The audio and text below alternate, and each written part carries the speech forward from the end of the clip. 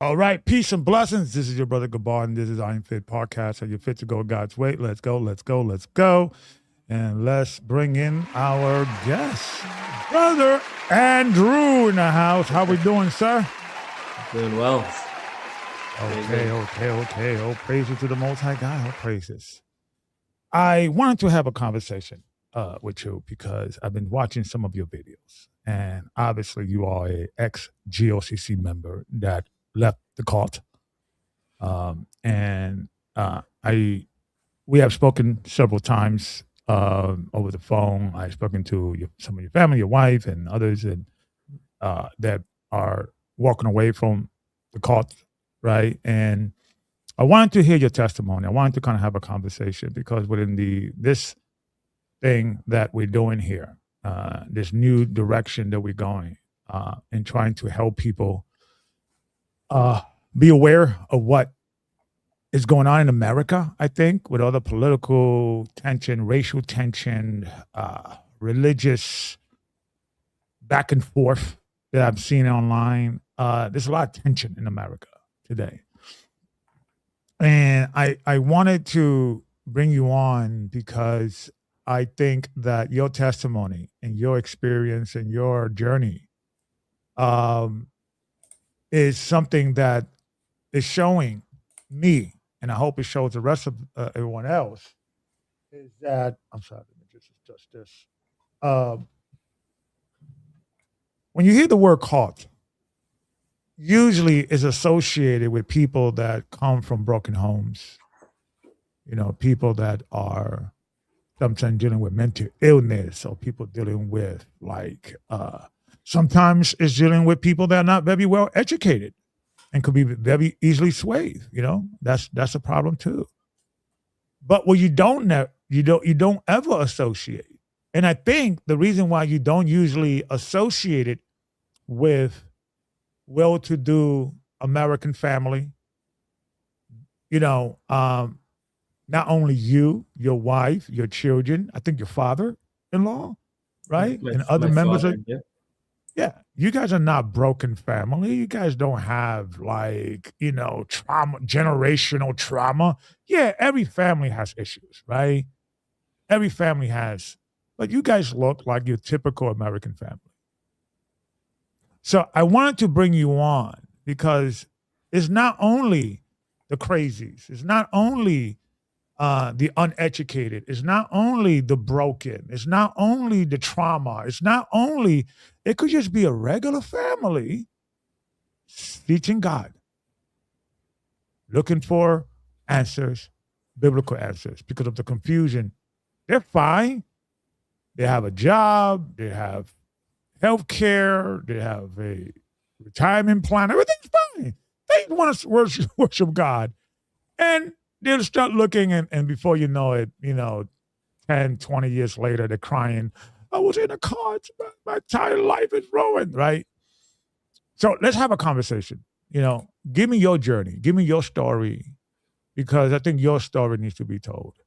So I guess, where were you born? A little bit about your background. Could you give us a little bit of that? Yep. So just my background. I am 35 years old, about to be 36, born in Massachusetts, raised in New Hampshire. And I was raised default Catholic religion.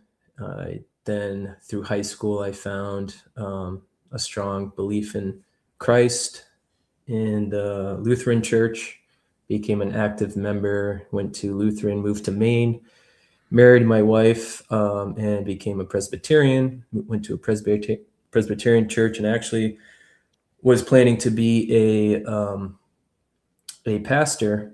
I felt that was my calling, so I applied to Gordon Conwell University.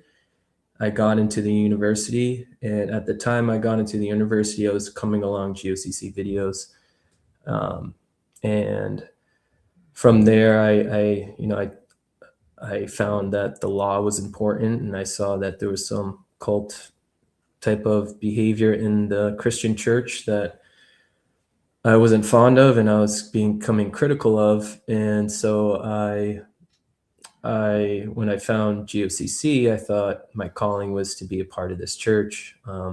So I just told my wife I wasn't gonna go to Gordon Conwell University anymore, because I couldn't teach the people in good conscience that, all the pagan holidays and this and that are acceptable. And at that time, I was realizing the Levitical laws and how Christ followed a lot of laws in the Old Testament that weren't done away with. So, and when I found out that the Gentiles were accepted and the Jews and the Christian church really was not looking into prophecies, I said, I'm not gonna go to school. I'm gonna become a truck driver. So went to CDL. Can I ask you a question? Yep. In regards of that statement? Because you are the second person that told me that when you found out what you perceived to be the truth, it kind of rocked your world. Yeah, and it really shook it. Like, okay, it's like when I spoke to a lady, she's African American. She found out that she was a Jew, and she quit college because everything she read. Right? You are, a Gentile, but I'm glad that we're having this conversation because if you want to say the truth, right? And yes, the commandments of God are true and righteous, right? And the fact that you are waking up to the fact that, wait a minute, the law's not done away with. That also rock your world and say, you know what? I'm not going to become a theologian. I want to become a truck driver. So you get what I'm saying? It's like the truth we have to have that conversation because when you find out that you got lied on for many years, it's a shift. It's a paradox shift. So it's not only affect Israelites, like, I'm an Israelite. It also affects Gentiles that say, wait a minute, we got to keep the commandments. We've been lied to. Yeah. So we have to kind of have awaken those that are awakening to the truth. Beware. It's like a side effect. You may go crazy, quit your job, leave your wife. It's really a thing that it changes your perspective. But go ahead, I just want to chime that in. Yeah. I think it was Jeremiah 17 something, inheriting lies, that really stuck out. But so that was also created kind of conflict in my marriage because again I was switching my role or my career plan, my path, based on a doctrine. And again, I'm not saying that I don't want to go into the doctrinal part, but this is just what led me to my journey leading up to me getting into the church. And I was learning a lot of important information. But once I joined the church, my wife wasn't in the church at the time. So when I came to GOCC, it was just me. I met the leadership there. I think the first time I was there, you were an elder at the time, Gabar, and I saw you there. And I approached you about baptism, and you helped me. You kind of expedited my journey to get baptized sooner. And then once I got baptized, I was going about twice a month because I was coming all the way from Maine to I remember this that. church. Yeah, I remember that. Yeah. Yep. So I was coming from Maine, and my wife, I was keeping kind of things on the down low, not really talking about it because I knew it would just stir up arguments. Because at the time she was just your typical Christian, and I was challenging pastors and creating all sorts of other conflict outside GOCC. And so, but again, my journey there, fast forwarding, just to summarize it, I got involved quickly with the keyboard player and the ministry of music, the music ministry. I'm a drummer, so I became a part of that. I found my purpose in the GOC ministry as a musician, which I really thoroughly enjoyed, and the relationships and the things I did for that, where I do look back and cherish those moments. But I did end up getting close with the deacons. I think at the time there was Deacon Amari. His name that he went by in the church was Rakah, Deacon Rakah. Mm-hmm. I think he was in a more of an officer role maybe at the time when I joined, but he moved up to deacon. And then there was Tazar, who was a officer at one point, and then Jacob, who I became even closer with.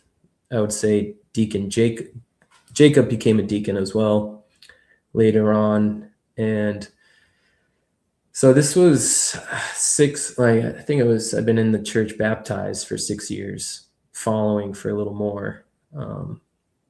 So baptized for 6 years, and again, developing my relationship, opening myself up, my home up, my personal life up, to wanting to prefer them over the world. And so I really, this was, for me, this was an identity thing. I identified with the prophecies as a Gentile, and I built friendships with leadership, the deacons, Zanok and others in the church. And I found a sense of purpose here too. And it did shape my spiritual worldview, because me going to this church and being part of it I was tied to a group that thought like I thought. And so I thought that was really special. And I thought I had a special place in it, being a Gentile as well. I know, I couldn't imagine just being an Israelite, how special you would feel being an Israelite. So I did see that as important to me, and staying with this church. And all of that came, these emotional anchors and ties came with me staying committed through the struggles, because I did have a lot of struggles in this church. But really what anchored me was the friendships, the identity, the purpose, and the spiritual worldview we all shared, which is really kind of kept me holding on, enduring, as they say, enduring till the end. Yeah. And I started seeing red flags, but I never really pinpointed them or thought about it long enough to actually raise an issue, or to raise a concern to leadership, or to say anything negative or have any criticism about the church. And what it came to, actually, my wife started seeing these signs of leadership asking for money, borrowing, can I borrow this? Can I borrow that? I need help, I'll pay you back. And sometimes it was both deacons would do this. And sometimes it came with a payback, it would come with, time went on, and I would forgive the debt. Mm-hmm. Or if they did pay it back, it was always me having to reach out to them. Right. So it felt like I was always trying to give them time, because I felt kind of irked by that, irritated.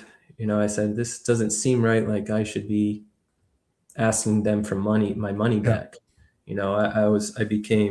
I started a little side bread business, a sourdough bread business, where I make sourdough. I would willingly give to them, and willingly give to them. But again, I think that word willingly was used, and I don't want to fast forward too much, but I'm not taking my responsibility. When I'm sharing this story, I'm not taking my own responsibility out, but as we go on, you'll see that there was manipulation involved. But do you think that, I'm trying to interrupt, that willingness to give, and you was always willing, that they realize, hey, this guy is willing to give and we're willing to take, let's ask, right? Kind of scenario, like your good nature kind of was like a big red light sign. I think we got a a guy we could maybe borrow some money when we're little, because people Yeah. always are like they look at things and how they could benefit them, kind of scenarios. Yeah. So sometimes, and sometimes they do it unconsciously, right? It's like, no, I don't know. I just needed some money, but now that you are available, yeah, I know this guy. He's always willing. Yeah. It's like Yeah. you think Yeah. that kind of opened the door. Yeah. They saw my kindness. They saw my commitment. And I believe just me being in that environment where they're the spiritual authority and they have that, if I felt like religious pressure in a way. And so it was frequent enough where I'd be, okay, well, I would try to justify it in my head Mhm. in a religious context, because again, Yeah, they're coming from a position of authority yeah. and they know that. Um, Did it affect your outlook on them when you started, even the first time when they asked you for money? Like, um, because like when I was a kid, I thought that every professional they knew everything about everything. I thought a doctor has their life together. When you hear stories for the first time of like some doctor's an alcoholic and his life is, it's like, wait a minute, I thought yeah, doctors are like, when I was a teenager or a young man, I thought like a police officer knows about engineering and everything. I just thought that people were smarter and they knew everything about everything. Did that affect it the first time? Like, or you was like, no, I know these are people of Israel. They gone through the curses is the reason why they're in the, or you kind of felt sympathy and or like, oh, okay, did that kind of change your worldview? I'm just curious. yeah. I think I felt more sympathy. I think it kind of created that cognitive dissonance, like you were alluding to, like, oh, wait a minute, aren't they leaders? Aren't they over me in a sense? Aren't they Right, teaching me the Bible? Shouldn't they be the standard? Shouldn't they, right, embody that standard in the right, way, or reflect it in the how they handle things and how they have their family and finances together? And so at first I know deep down I had that cognitive dissonance going on, but it was overshadowed by this just the sympathy. I was looking at them as friends, and I was looking at their families. I was looking at, okay, maybe I was making assumptions about, maybe they should be getting paid. Maybe they should, they're in a role, they're sacrificing a lot. If I give to them, I am doing a service to God in a sense.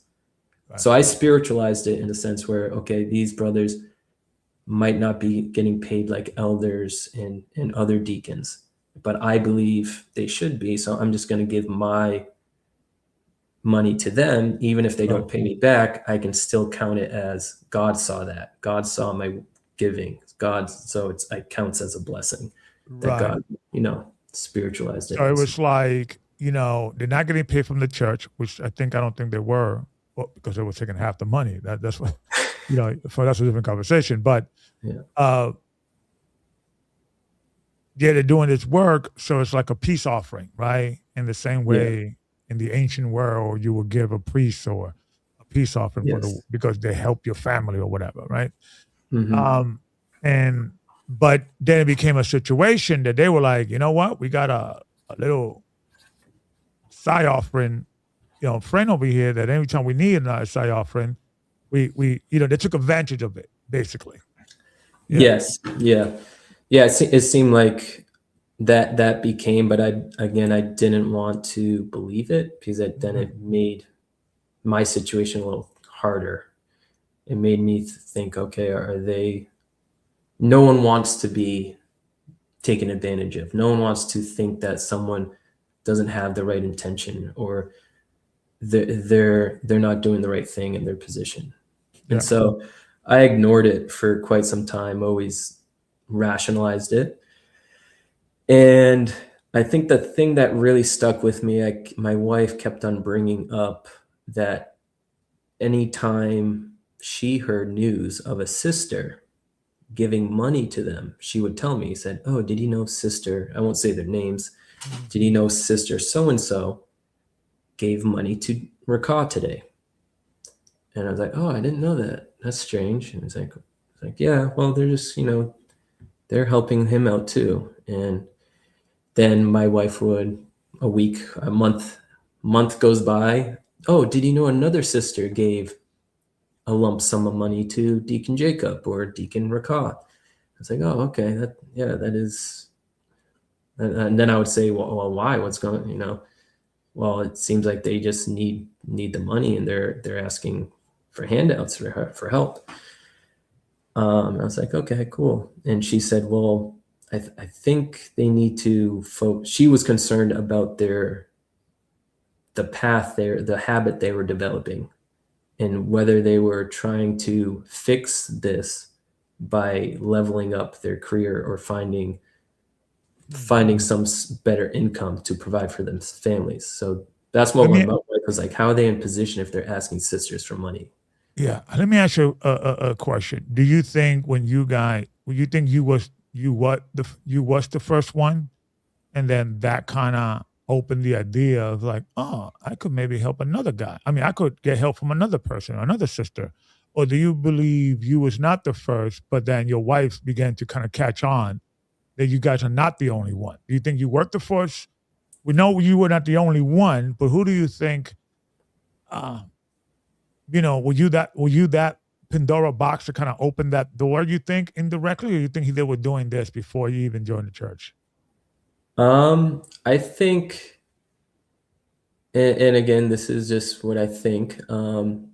I think they were doing it before or around the same time, simultaneously, when they started asking me, because I had another brother around the same time they were asking me, maybe even before. I can't remember the exact timeline, but another brother came up to me, he left the church recently, and he said, I ended up giving money, and he showed me a screenshot. He ended up giving money to Deacon Jacob as a tithe to his personal PayPal account.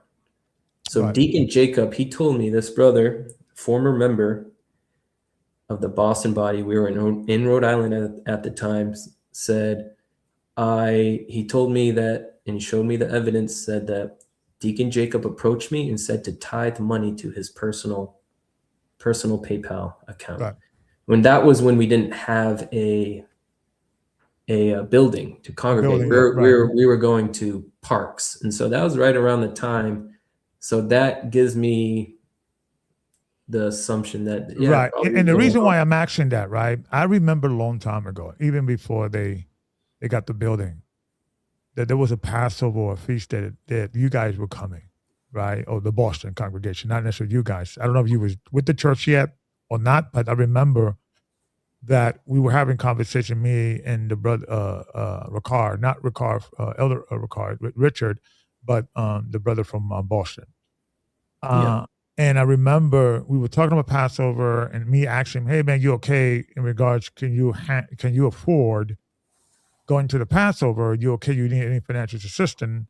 I don't know what the word told him, because it was a conversation that if deacons don't have enough resources to go to the Passovers, if they have family, the church does help, right? So we were talking about that, I remember. And just in passing, he was like, "Oh no, Elder, I'm okay. Something about the sister, or we gonna help each other out, or something about someone is gonna help us or help me, or we help each other over here." So it looks like there was already a cultural acceptance, within already in Boston, to help each other out in need. And then that's when that got in, right? Now, okay, this guy's nice. This guy is willing. That sister is able, and then when you have these guys, because these guys are men, and because they're unstable mental state, in my personal opinion, not crazy, but what I'm saying is that there's a lot of there in regards of the reason why you guys need money all the time is because you're unstable financially. You mentally, there's a lot there that you have to work on before you get in these positions. And I think what happened is that these guys kind of took advantage of that. You Yeah. know, when was the first time? Because I'm pretty sure it was not like the first time or second time or third time. Because I know you told me even your family helped and things of that nature. When was the first time that you began to say, not the first time, or like I think we talked, and then I know there was the recording, everything else. I know by that time you already made up your mind, and there was always already a decision to leave.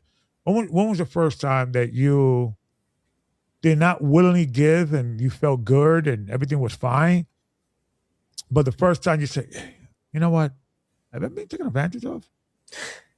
Like, what was that first time that spark happened? Yeah. Yeah. That's a good question. When that was on, and I remember it very vividly because it happened at a service. And just to back up before that, so this was New Year's Day service, and I'm just looking, just to keep in mind the timing of it is not a coincidence either. This Right. was New Year's Day, a fresh start, right, a reset, Yeah. and and I just backing up just before that, leading up to New Year's Day, I was already seeing the corruption in Elder Rakah through listening to uh, a whistleblower, Maestro Mike, who, thank God, he spoke out. He had the courage to speak out, and it really resonated with me. And what it did for me was kind of get me to put the spotlight and my focus on, okay, he had a relationship with Elder Rakah, and he found out it was disingenuous, it was corrupt, Yeah. and he was doing evil against him using manipulation and all that stuff. And so I was like, okay, let me look at my relationship with the leadership in Boston. Let me hone in on that and re-examine that, because now I don't trust this Elder Rakah guy on the top. So now I'm saying, has So this that's trickled down? interesting. So it wasn't the money; it was the Maestro controversial thing. Yeah, Kind of yeah, spark. Interesting. yeah.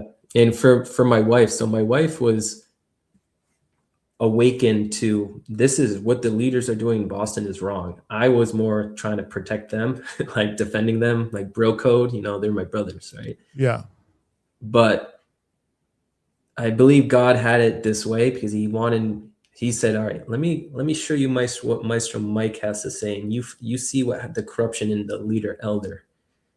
That will protect you from it. Once you know he's corrupt, when you do these councils, you're not going to get swayed, because now you're going to know his real motive in things. So I Right. believe that was strategic by God to help me see things Right. from the big picture by starting with elder. Because imagine if I only thought the deacons were corrupt, and then elder comes in and sways me a different way and brings me back into the fold, because I think elders get the righteous one. So he started, no, this guy, the root is corrupt. The root is something wrong. There's something wrong with the guy who started it all. And that spreaded to trickle down. Isn't that What's the wild? phrase? The apple doesn't fall too far from the tree. Isn't that wild though? Yeah, That if it what like I always say to my when I did the class, the show, not the class, the podcast a month and a half ago, it caught that show spring everything up Hmm. because prior to that show, I never called GOCC a cult. I Wow. never called One West a cult. Yeah, yeah. I never looked at the whole thing as a cult. That was I around looked New at it as Year's. the Yeah, awakening with yeah, some problems, right? There's some issues we got to fix, but this is an awakening. And mm, I'm not saying the awakening and the children of Israel. I do believe that blacks yeah, and Latinos, have a lot of evidence to prove that they are the children of Israel. But like I said, awakeners beware, right? Truth seekers beware. When you awake and find the truth that you've been lied to, right? You could go a little insane, right? But it's interesting that it because when the whole Gaja thing stopped, started with, the controversy what was going on. He was running around, sleeping around with different women, and Ricard was was trying to protect that. I was not in the mindset that it was a cult. I was in the mindset we need to fix the Church of Christ. This is evil. This right. So it was really later leaving and being away from the church or the cult to say, wait a minute, am I in a cult? So it wasn't one thing, but it was several things that happened that kind of lead you to that, right? Yeah. Because when you find out about Ricard, okay, the church is corrupt, but were you like, is this a cult? Or were you like, we have to help Ricard, he's caught up with a demon? Or what your mindset were at that time when you say, hey, there's a problem? Well, actually, interesting, because I did think of one of the scriptures that I learned, the precepts that I learned in this church, is that, and when Job said, who can bring a clean thing out of an unclean thing? And so that popped in my mind, is like, okay, if the root is sick, well, if you eat, like you were saying, how can we, you think we need to fix it, but you can't really fix something that's, you can't bring something clean out of it. You can't just wash it up and like make it look good. No, that needs to be, what the Most High does. He takes it by the roots and throws it and tears it down, burns it asunder, and starts over. So when I saw his corruption, I actually tried to. My first thought was like, okay, I believe that he has corrupted the deacons. So that was my initial thought. It's like, he must have corrupted the deacons. And so now I'm looking at the deacons as victims in a sense. Interesting. Yeah. Wow. Okay. Yeah. Okay. And so when I saw, and let me, I want to hear you.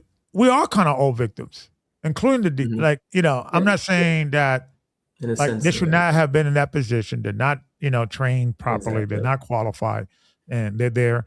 And like I said, every ex-member of GOCC and even member, I want to apologize. I want to personally apologize to you, my friend, and all the members, because I didn't really believe what I was teaching 100%, and I think I contribute to the madness.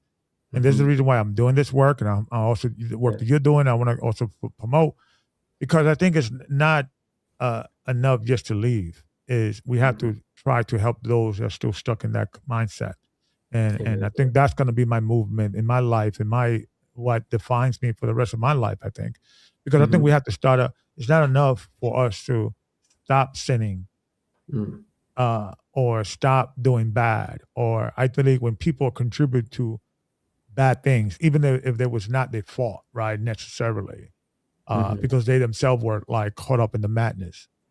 But you should not just go quiet into the night. No, silence is consent to a degree. Silence consent, absolutely. Yeah. Absolutely. So walk with me. So you was okay. The car's corrupt. What's going on? Yeah. So what's the next step? So then I'm keep maintaining my good perception of the deacons, but this point kind of changes that. So New Year's Day so I'll back up. The Friday, New Year's Eve night, I get on the phone with Deacon Raka, who is Deacon Amari. I get on the phone with him and I start talking about Deacon Jacob. I said, you know what? This is what I think, Deacon Raka.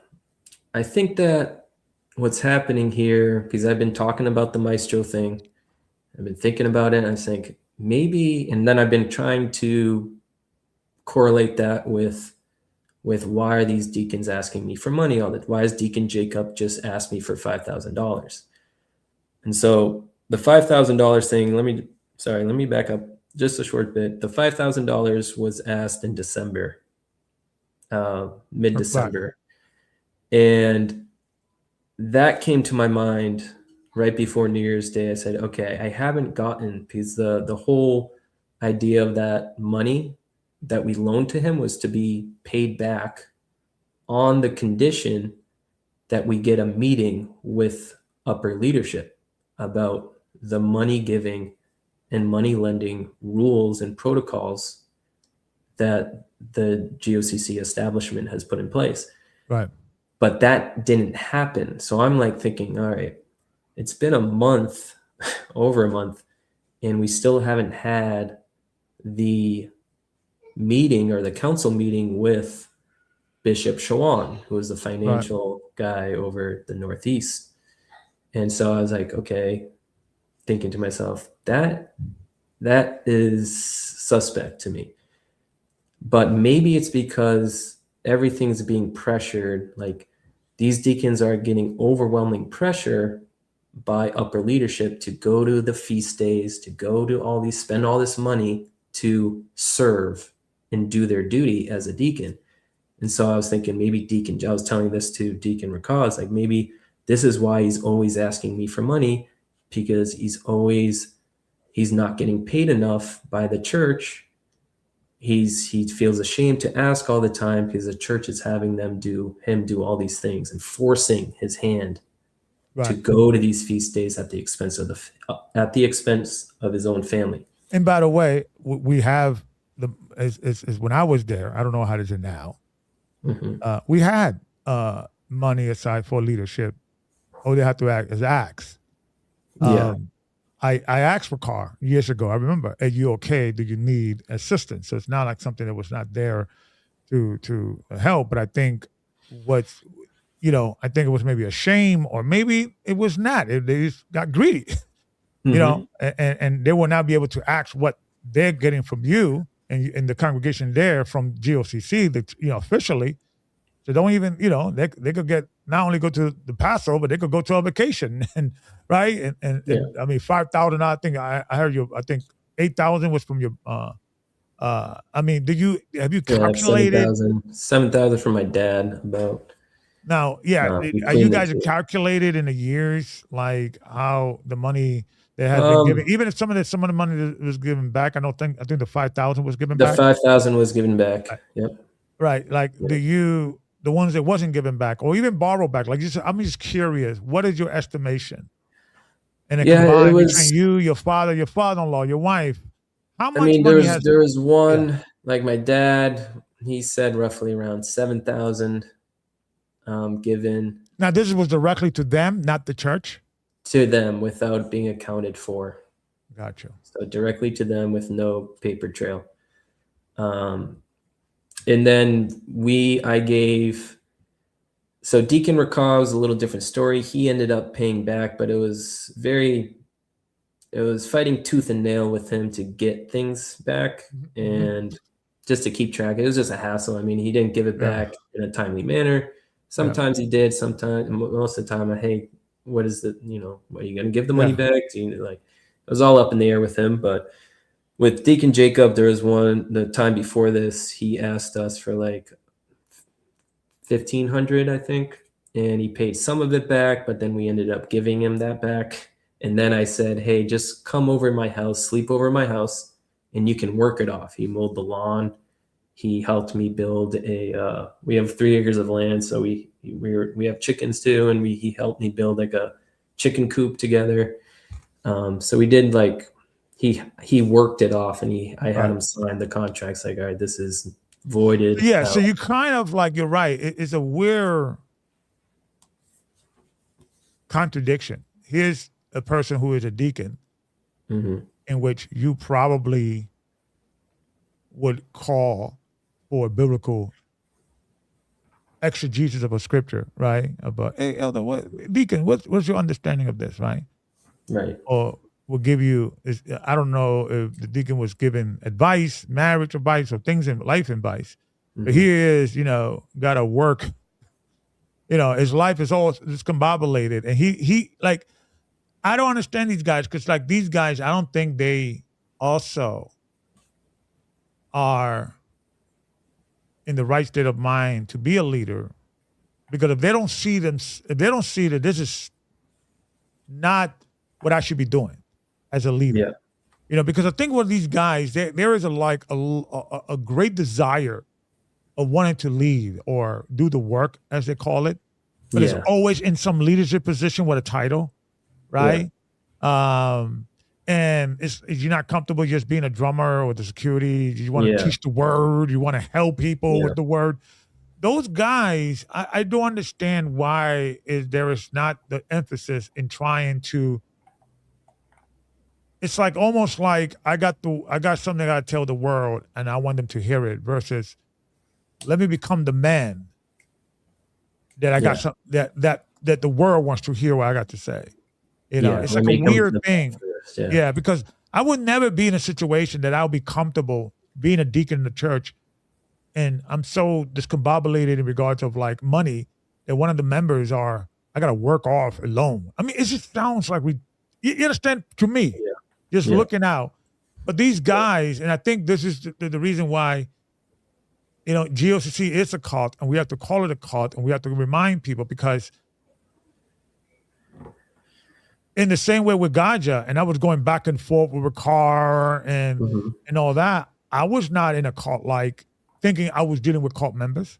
Yes. I Yeah. thought I was dealing with the Church of God, and we need to end this thing and fix this thing, and the elders are Mhm. screwing it up because the devil is getting in them. It's like I was into that cult like, and when I'm saying the cult like, it is when you going to church, and I keep telling this to Bible believers, your Yeah. brain is wired a certain kind of way that you are accessible to get caught up with thinking that you in the middle of some spiritual galactic battle of demons and goblins that are trying to take over the church of God and Jesus Christ and Ahaya and Yeshaya church, right? You start thinking that way. Yeah. And then when you see problems, you address it from that perspective. It's a demon, it's a spirit. What demon you got? Not willing, not looking at it from outside. Like I said, there was really nothing that happened that I kind of walked up and said, Jesus is a cult. It was just a moment, being far away from it and reflecting back. But when I was in it, like I said, 3 years ago, 2 years ago, a year ago, I would have gone back probably if Ricard would have called me and apologized and say, hey, goodbye, I think you're right. I got to put a board together. I got to check. I was like, okay, good. Matter of fact, I'm glad he didn't do that because I was still being in that cult. Yeah. I'm glad that those things happened because if it wasn't for those things, I probably would be doing a lesson about you, how, we got to be careful. And Yeah. Yeah. We got to be careful listening to outsiders. yeah, right? Or some automatically defend, like, Yeah. kind of situation. Because you're viewing the world. Listen, we're the Church of God. We're just having some issues, man. We're fixing it. Kind of rather than this is a call it has to be dismantled because the foundation is wrong. Yeah. Right. And with me, I was always struggling with the name, even when I was in the church, in the sense that I felt there needed to be more archaeology evidence to prove it. There's none. Mhm. And the ones that so-called is desperate and pathetic. Mm. And then once I realized that's not God's name. And then immediately, oh snap, I'm in a cult. Oh snap, that was a cult. Oh, like it's weird that you understand. You don't like, oh, wait a minute. Because it takes you back to that 2009 with me when I was talking to this dude. But Elder, where, and remember, I didn't know half the stuff that I know now in regards of because Right. back then I wasn't the elder. I was just a 34-year-old, 35-year-old guy who was trying to figure it out. Yeah. So elder, looking up to him. So looking up to people is another way for you to brainwash yourself because they could tell you anything. Like God revealed a name to me that's been hidden for 2,000 years. Authority bias right there. Yeah, and you know what I noticed too? That when people that don't come from broken homes, that are maybe have a year or two in college or maybe a college degree, that could also get caught up with the situation because I think it's not about stupidity. I think it's about where you at that point in your life, mentally. What is your worldview at that time? Mm-hmm. You could get caught with almost believing anything. Yeah. It's not an educational thing. I don't, all the time. It's just sometimes is what is your worldview at that time? Yeah. Yeah. My worldview right now, if I were to meet Ricard right now, or a young man, like he would have been like our age back then when we were like, he would have been like maybe your age. If I were to take a time machine and go back to that time, right? I would have knocked myself out. It's like, don't listen to this guy, right? Uh, attack the phone, right? No, Yeah. no, right?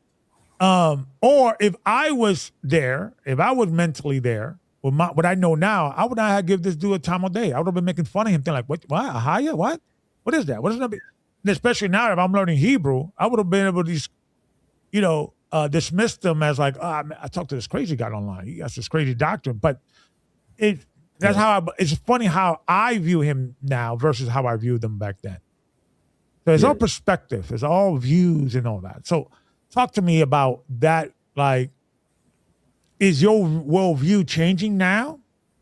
Right? Because one of the worldview that you had when you quit college, when you was looking to become a pastor, what is your worldview now? Or are you still in that unpacking stage?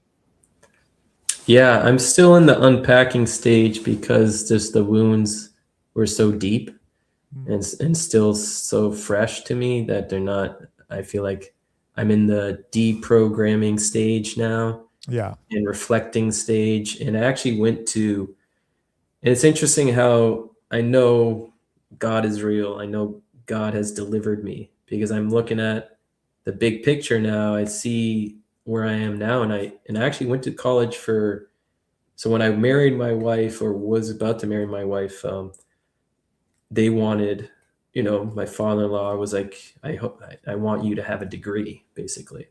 And so I went to get a degree in psychology. So I have a bachelor's degree in psychology. I went to music.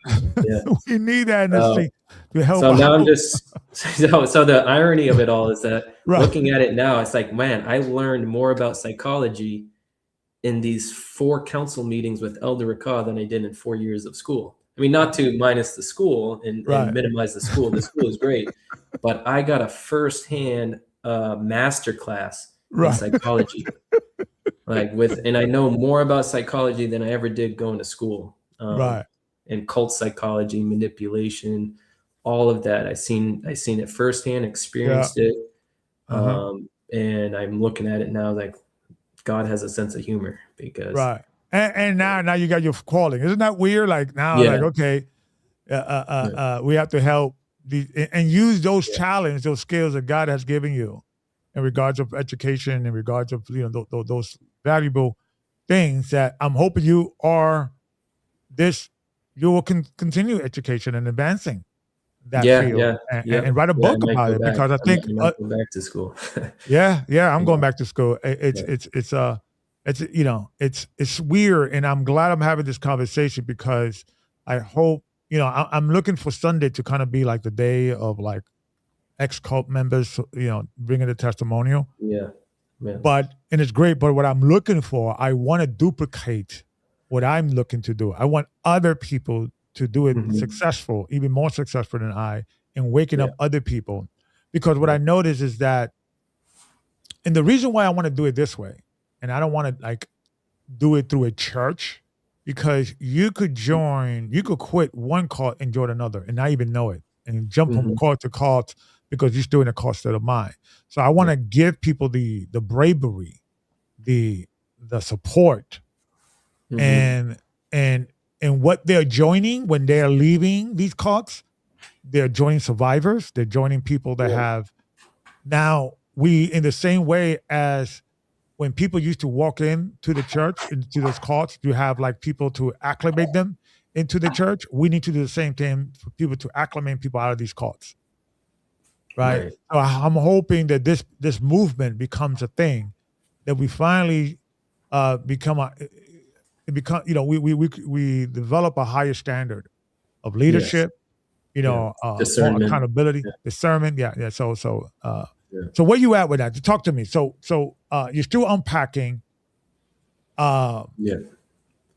Still unpacking. Is your family? I know you mentioned other family. Your father-in-law, your father. Are they still in that scenario, or they also walked away? They walked away. My dad, thankfully, he was, given his older age, the Most High made it easier on him, kind of kept him away from the church for the whole winter time. He was watching my house here because we were actually watching another house. My in-laws went to Arizona. Right. You know, we were watching this house. My dad was here. He didn't want to drive to church, and he knows how long these services can be.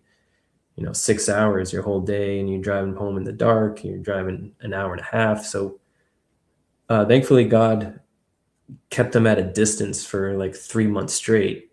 And then once I told him my story, he's like, "Oh, well, that answers my prayers. I'm not going back." Yeah. And so he luckily didn't get too attached, but he did. Yeah, I think the last time he saw the deacon was actually at my in-laws' house. Deacon Rakah came to my house after, you know, this is when, right before Elder came to Boston, but this is when I officially left. He came to bring me my drum set. And he came to bring me things that he purchased from me, and he wanted to give me it back. He also tried to give me a peace offering. So here I am at my in-laws' house. Deacon Rakah drives up, is giving me all this stuff. My dad pulls in, doesn't know because I didn't relay the story yet to my dad. I wanted everything to kind of be finalized, right, and the resolve to happen before I told my dad. And so my dad came unbeknownst to him that I actually left and he was stealing money from us. My dad came and gave him a big hug. "Hey, Deacon Rakah, man, I missed you." Yeah, and Deacon's all smiling, and I'm like, "Oh," I'm like hitting my face, like, "Oh," right. like, he doesn't know. Right. So it kind of made it awkward, but my dad's all excited to see him. My dad goes inside to see my boys, and I'm talking with Deacon. I'm like, "Hey, Deacon, you know, thank you for coming all the way to my house, bringing my stuff, my belongings from the church back." And then he said, "Here's 10 ounces of silver." He tried to give me like a big bar of silver as a Right. peace offering. He's like, "Wait, what are you trying to give me that for?" It's like, "Come on, you know, all you done, and I didn't want to make it about the money. Just take this silver, please. Take it." It's like, "Well, you don't owe me that." It's like, "No, I don't want to take your silver." I ended up taking it at the moment, and fast forward a week, I actually went back to the church and gave it back to him. Mm-hmm. But just that whole exchange, I told him at that time, and this is why I took so long to put the recordings of my testimony on YouTube, is because I wanted to give them time to actually repent. But instead, they try to give me money and make me be Go at peace away. with Yeah. giving money. And I was like, "Wait a minute, it's not about the money, it's about you." And I told this to Rakah when he was at my house, at my in-laws' house. I said, "The only thing that you could do that really makes this right is not by giving me money back or any material thing. It's by you stepping down before Elder Rakah comes to give the resolve. You don't have to wait for Elder to hold your hands through it. You're a man. You can step down from your position, confess your sins, confess your faults to the whole church publicly in a detailed fashion, and you can step down and make things Yeah. right." He didn't do that, obviously. Yeah. So that was that time. You know, my dad, I told him the story. He was hurt. He was hurt too. He texted Deacon Jacob and he said, "You know, my son was a really good friend to you. You know, he did a Yeah. lot for you. He really cared about you, and you did him wrong." And you know, Yeah, because he mentioned that. I remember in the recording, and he was like, you know, well, I thought we were friends, you know, and to Elder Ricard's credit, he was like, yeah, you know, that it's a convenience friend that he's the always one giving you money, and yeah, you're the only one who receive it. So, but you're right. And that's the your channel there. People could check out your channel. You have a lot of powerful testimonies and information in regards of psychological makeup, since you have that background, because I want to give respect to education. I think there's not enough respect in education, and I would say in America, I was not in America, but I'm talking about especially in our community, and also in churches. I think in churches there is this idea that there's no need to learn these skills, these life skills, sociology, psychology, human development, the brains and how it works, because God is going to feed me all this, right? He's going to give me all that, but He doesn't.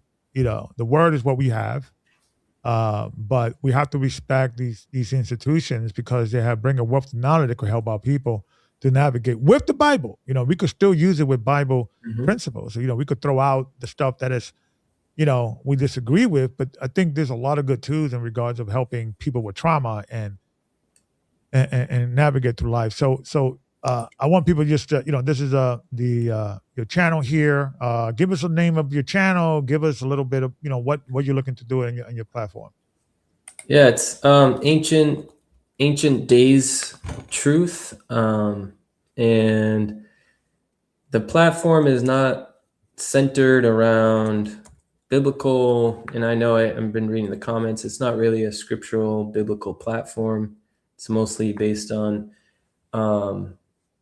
psychology, exposing cult behavior, how to identify, and it's just based on my experience in a cult, and my background in psychology, and just me connecting the dots. And I'm gonna go future videos, just keep diving into just taking different angles on the subject of why people get into cults, how people can get out of cults, why people stay in cults, why people defend cults, how cult leaders are made, how to identify a cult leader.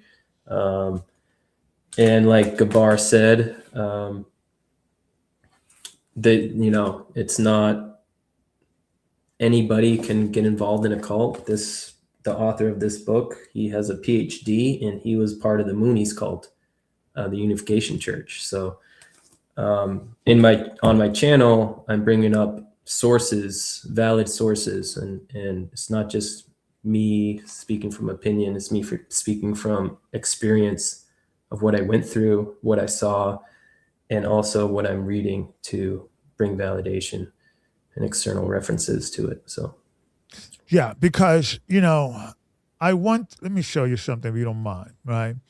Because what I noticed, and like for instance, let me.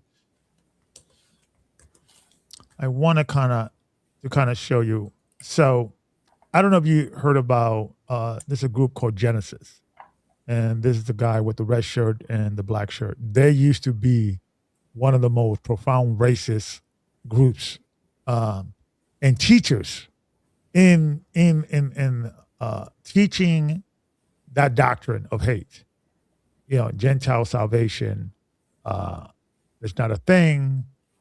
And then Israel United in Christ, which is one of the biggest hate groups in America, one of the biggest black hate groups, and I would even say even the biggest hate group. I don't see a white equivalent to Israel United in Christ. I don't see if I don't know even the Ku Klux Klan could bring those numbers, or the Nazi. I don't know. I could be wrong, but I haven't seen it. And so they put together a list, a writing in regards of what to respond to a Genesis guy who believes Gentile salvation. And the reason why I'm going into this is because they putting together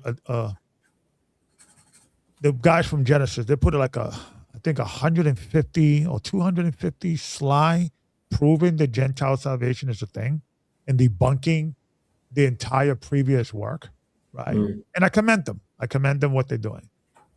But what I noticed, and I got in a headache just dealing with these knuckleheads, but I got into these platforms and trying to debate these guys or give them these scriptures that debunk them and have them explain why they still believe in this hate, right?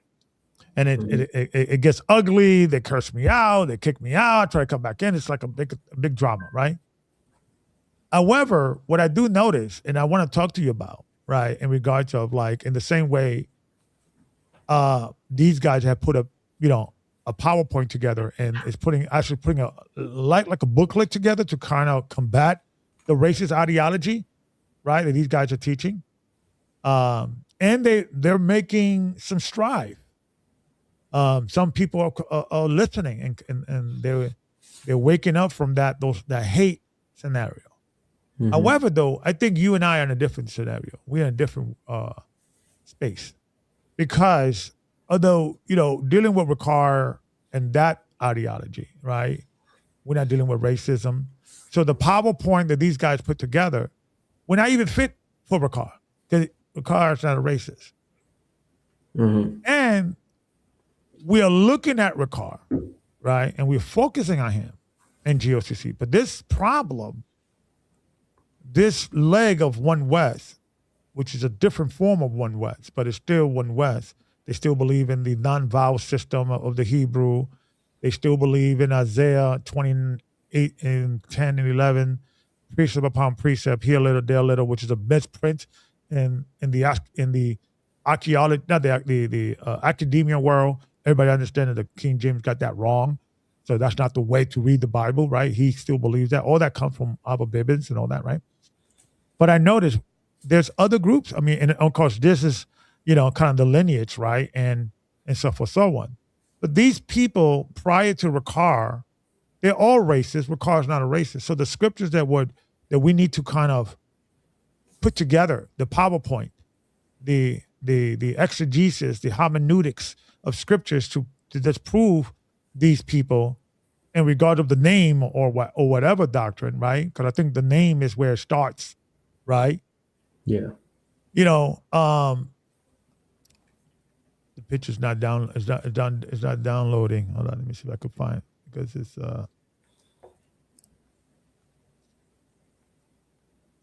it'll come up. It takes a little bit to download. But here it is. In my semester, so my assessment, Ricard has become, Richard Shepard, aka Ricard Shiar, has become the founder of the Ahaya churches, as Abba Bibbins was the founder of IUCPK.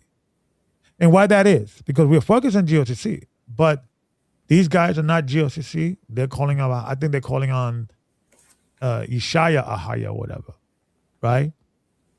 We need to start, one of the gentlemen that the guy with the polka dot church called my show 2 weeks ago, when I talked about that we need to get educated, we have to stop with these crazy, because it's also mental illness and mental delusion. So the One Westers that these guys the other guys are dealing with from Genesis, they're dealing with the delusion of racism. The Ricard group, the Ahaya group, a lot of them are dealing with delusion. And it's not only these guys, it's these guys are awakening Ahaya's elect church, right? Ahaya's truth. These guys is a father and son team, right? They've been around for a while as well. The House of Ahaya, I don't know, these guys been around for a little bit too. Ahaya's Image Church of Christ, okay? Ahaya's Anointed, okay? You also have groups like this that they don't have a higher in their time, or they do have a higher title, not this one, I'm sorry. Like groups like this, well, this group here, a higher prophet, right? This group here, a highest war cry, right? A higher prophet, right? Servant of a higher. These guys, right? House of Judah, okay? And they believe in a higher. We believe, and it's funny because they took that from GOCC, who I wrote this. They changed it a little bit. If you go to the GOCC mission statement, it's the same one, but which I wrote and I gave it to Ricard as the mission statement before baptism, what we must believe. We believe and teach that the Father's name is Ahaya, I am, which was the holy name received in to his servant Moses at the burning bush. It kind of tweaked it a little bit, but it's the same kind of scenario, right? And you have this couple here. There's like a couple from Chicago, Restoration Center, Chicago. We have to help them in this delusion. They believe in Ahaya. They have, what's the Ahaya name? You see Ashtak Ahaya, Ishaya, they're probably like a block away. This group, these two couples, I mean, they're not a couple, but this pair of brothers, they Hebrew readers. I hope they know real Hebrew, not that one Kadash, nonsense they left for Yeah. there, right? Yeah. Same thing with them, right? We believe that the Holy Father Ahaya sent his son, right? And so forth, so on. So it is a problem. It is a major problem. It is a major issue that because a lot of the mentioned the book that you mentioned, the guy who escaped a cult wrote a book about it. That church, that cult, nobody ever heard of. Yeah. And you know what happens with a lot of us? We Mhm. sometimes are ashamed and you just want to go away quiet. Yeah. Embarrassment. It's embarrassing. It's embarrassing. It's embarrassing. It hits the ego, Hits the ego. Hit to the ego, yeah. So we don't want to say anything. That's why we have to not go quiet into the night. Mm-hmm. We have to warn others because nobody heard of this Ahaya house, the assembly of Ahaya, the assembly of Jesus Christ and the Thundercats of the Rome. You know what I mean? No one heard of these colorful names. Nobody, but it affect us. Mm-hmm. We heard about them and it affect us. And there's probably a lot of them. That's the reason why, but they small, so we can't see the effect because it's not like mega churches that everybody knows. Mm. But there's a lot of them. They're like roaches. They're all over the place. I had to stop. There were more groups. So I wanted to kind of, because it's kind of like an invincible thing happening in America that people don't talk about. Like people hear about it, but they don't think it happening as often. Yeah, they think it's more of a mutant case. Yeah, it's like rare, right? Yeah, they don't know it is more common than usual. Mm-hmm. More common. Because a lot of people don't speak up, so the statistics might even seem lower than it actually is. Thank you. Yeah. Or the reality.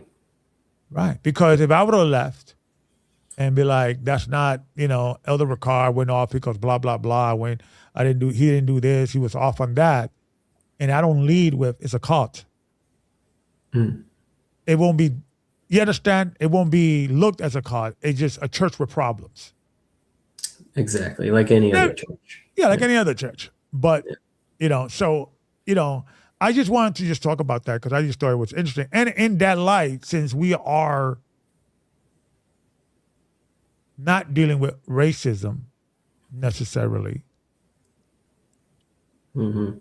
Exactly. What should be our 250 slide PowerPoint and what we should bring in the book or the pamphlet or the narrative, right? How can we best attack this if it's not the biggest problem is not the racial issue? What do you see we should attack? I think it's the name, to be honest with you. I think it's, we attack the name because it's not real. You can't prove it. Yeah. And once we platform that debate and demand for Ricard and all these courts, all these churches, all these people that are claiming that name, the debate is going to become famous. The debate is going to become viral. And then that will force Ricard to defend the name that he cannot prove. Right. And hopefully that would, because you know what I noticed is that everybody has their wake up nerve. We just got to hit it. Right? Like your work of nerve was not the money they were giving you, although, that was bothering you a little bit, but it's the maestro thing with Ricard and the Grammys. Yeah. Isn't that weird? Yeah. Yeah. Right? Everyone has their bait, just like Elder talks about. Right. Right? Everybody has their nerve that pricks. And it is not like you wake up and you automatically have all the answers, but you start waking up, and then when you reflect, you keep reflecting and you get more data, then you can assess what you're dealing with. And that's why I was compelled to say that church. And it was funny because even in that title, I was saying, I don't want to call GOCC a cult. It was almost, I don't want to say Ahaya's name is not, or I was saying like it could be, trying to be sensitive to the topic. Weird. with no evidence this guy had. It's just an opinion. But he has Yeah. convinced multiple people, and I got to be sensitive. I'm like, why I'm doing this? Yep. Yeah. It's a mental, Becomes dangerous. yeah. But talk to me about that. What do you think is the best way to, if those that want to kind of help the cult life? Because I believe every cult person, every ex-cult person, to try to put something to bring a brick and try to help the next generation not getting caught with cults. What do you think we need to do versus what Genesis is doing? Because they're doing something, they're doing it well, great. But our thing is a little different. What approach do you think we should take versus? Yeah. I think it would be multifaceted. I think there are a few different angles, just like you said, with giving someone the bait they need to get them to think critically, to get them to question people beliefs and doctrines. When it comes to what you said about the name, I think just that alone is powerful, because when you target a core doctrine or core tenet of a church, and they're really putting their stake on that, okay, this is what the church is founded on. When you remove that, Right. it really removes the power. Yeah. And I think there's people called to do that, like yourself. I don't think I am at that level where I would be really compelled to look into the doctrine and try to defend or dismantle that name and take it apart. But I think we need someone to do that, because this name comes with a psychological tie as well, and an emotional pull to be a part of something that's unique. And the sense of when one joins a church, okay, we have a name that nobody else, I finally found this understanding of the true name. And those words are powerful. They're emotionally charged words, or what they call loaded language, the truth, right? And a lot of cults use the truth. We found the truth, and it's tied to the name, the true name of the Most High. Yeah. And so that alone will isolate a member to say, this is part of your identity now as a Christian, and you are not going to, and especially when he puts it in a context of he fasted 7 days, he did this, he was revealed the name, he delivered us the name. Yeah. That gets us in a psychological level not to want to question this hidden revelation. It's like, oh, how dare you question a revelation, right?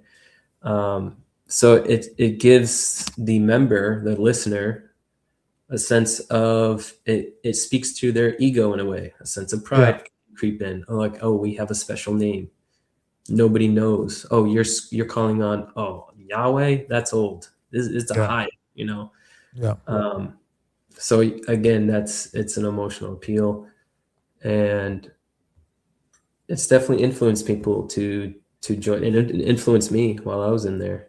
I was definitely influenced under that way of thinking. Yeah.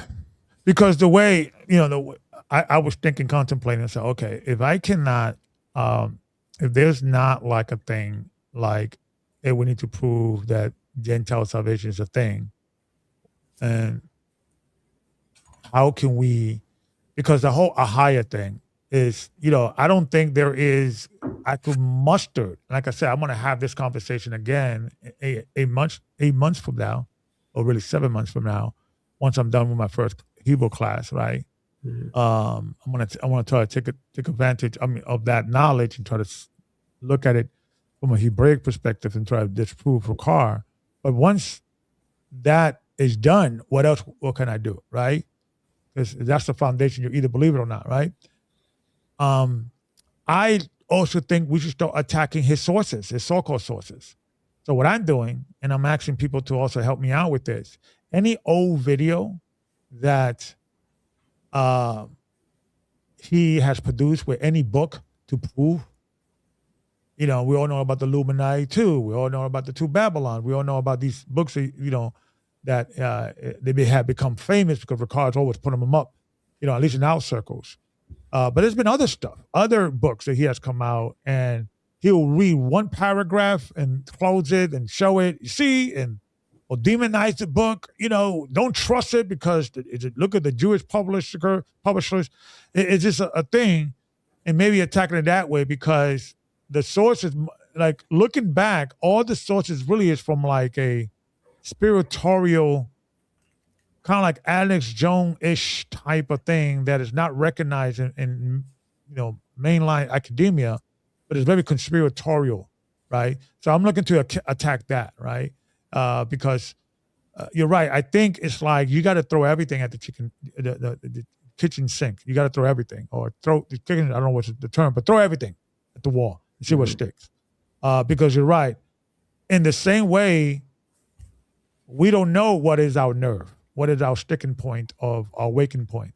Is it seeing Ricard the Grammy? Watching a video about the name not being the Most High? The name of High is not being the name of the Most High? Is it Gaja? Is it, Amath's father taking another man's wife? Is it the money in Boston being taken from you, this interview? We don't know what is, because everybody's wired different. Yeah, everybody's brain's wired different. So maybe we have to throw everything and hoping that something will stick. What say you? Yeah, I really do, because I wouldn't predict myself all of a sudden listening to Maestro. I didn't really know, and he was intense listening to him. Obviously, you could tell he was hurt. He was emotional, but that was kind of needed because it felt more real that way.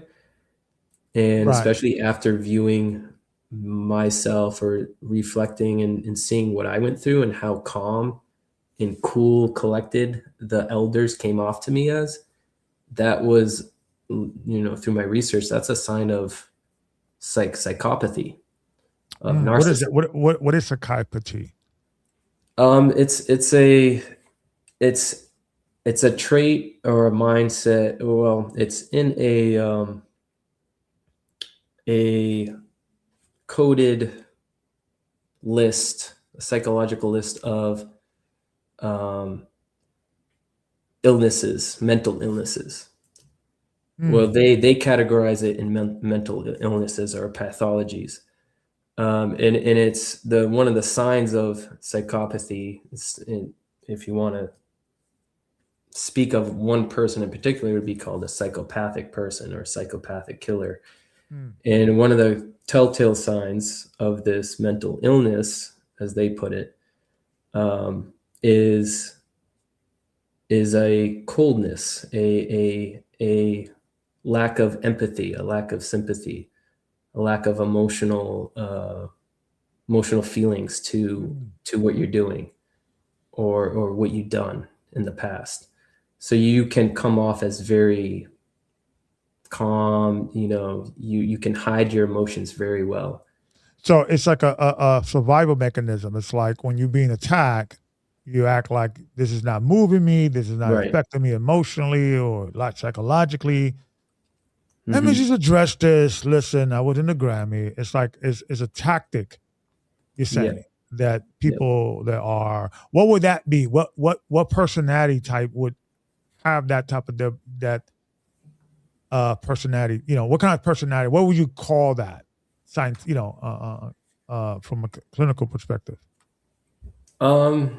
It's kind of a charismatic leader.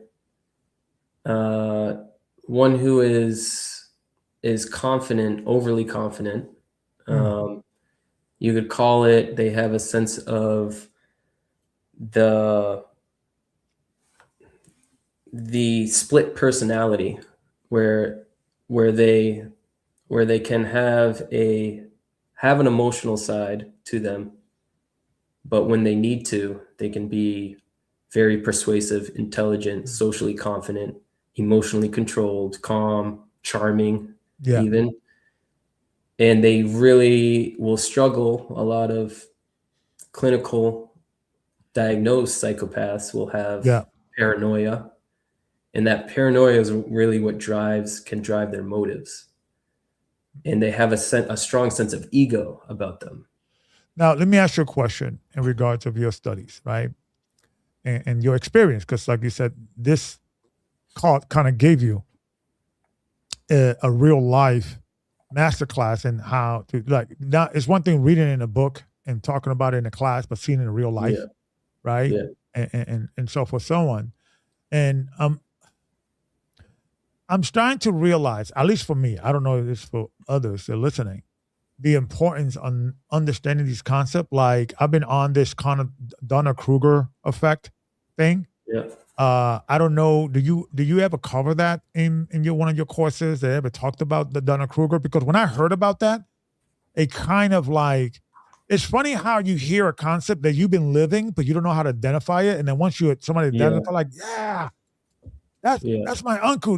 I know a guy just like that, and it kind of brings it to life, right? Two-part question. Is the Dunning-Kruger effect, was it ever discussed in psychology? It's psychiatry. I know there's a difference. I'm an idiot, so please correct me if anything I get wrong. Did they ever discuss that? And part two, do you believe that in the same way that when the maestro thing or something that breaks, your mind from the caught mind thinking, do you think that there's the same, or you find out, what they call the truth, and you stop going to college and you're no longer going to be a pastor, you're going to do something else?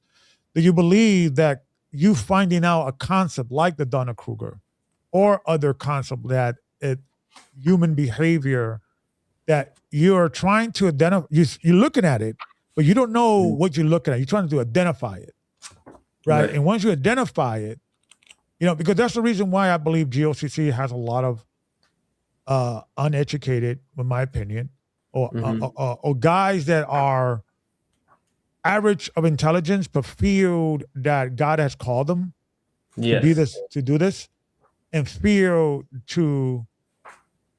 that education is something that is not needed for this walk, because God is going to feed me everything I need. I just got to study to show that self-approve, right? And so therefore, I don't need to go to school. I don't need to learn, because sometimes we have to learn how to learn.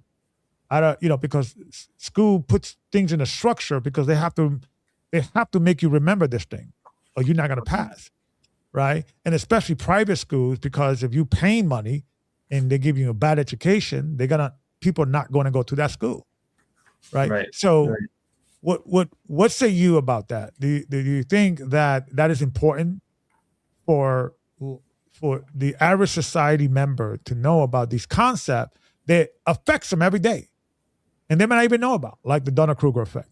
What say you? Yeah,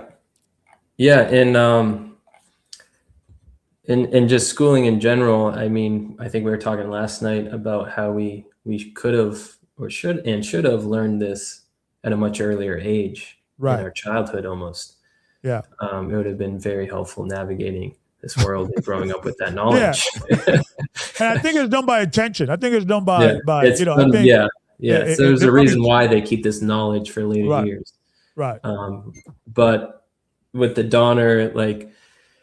Dunning-Kruger effect, even in college, my 4 years in the University of Southern Maine, where I went, we had a lot of different studies we went into, and we were given some free will in picking studies to present on and do projects on. So I never, in my personal study, came to the Dunning-Kruger effect, but just learning it from you, about the cognitive bias of people with certain knowledge or very little knowledge, and they don't have much competence, and now they're in a specific area greatly, in this area, their skills are kind of overestimated. They're given too much.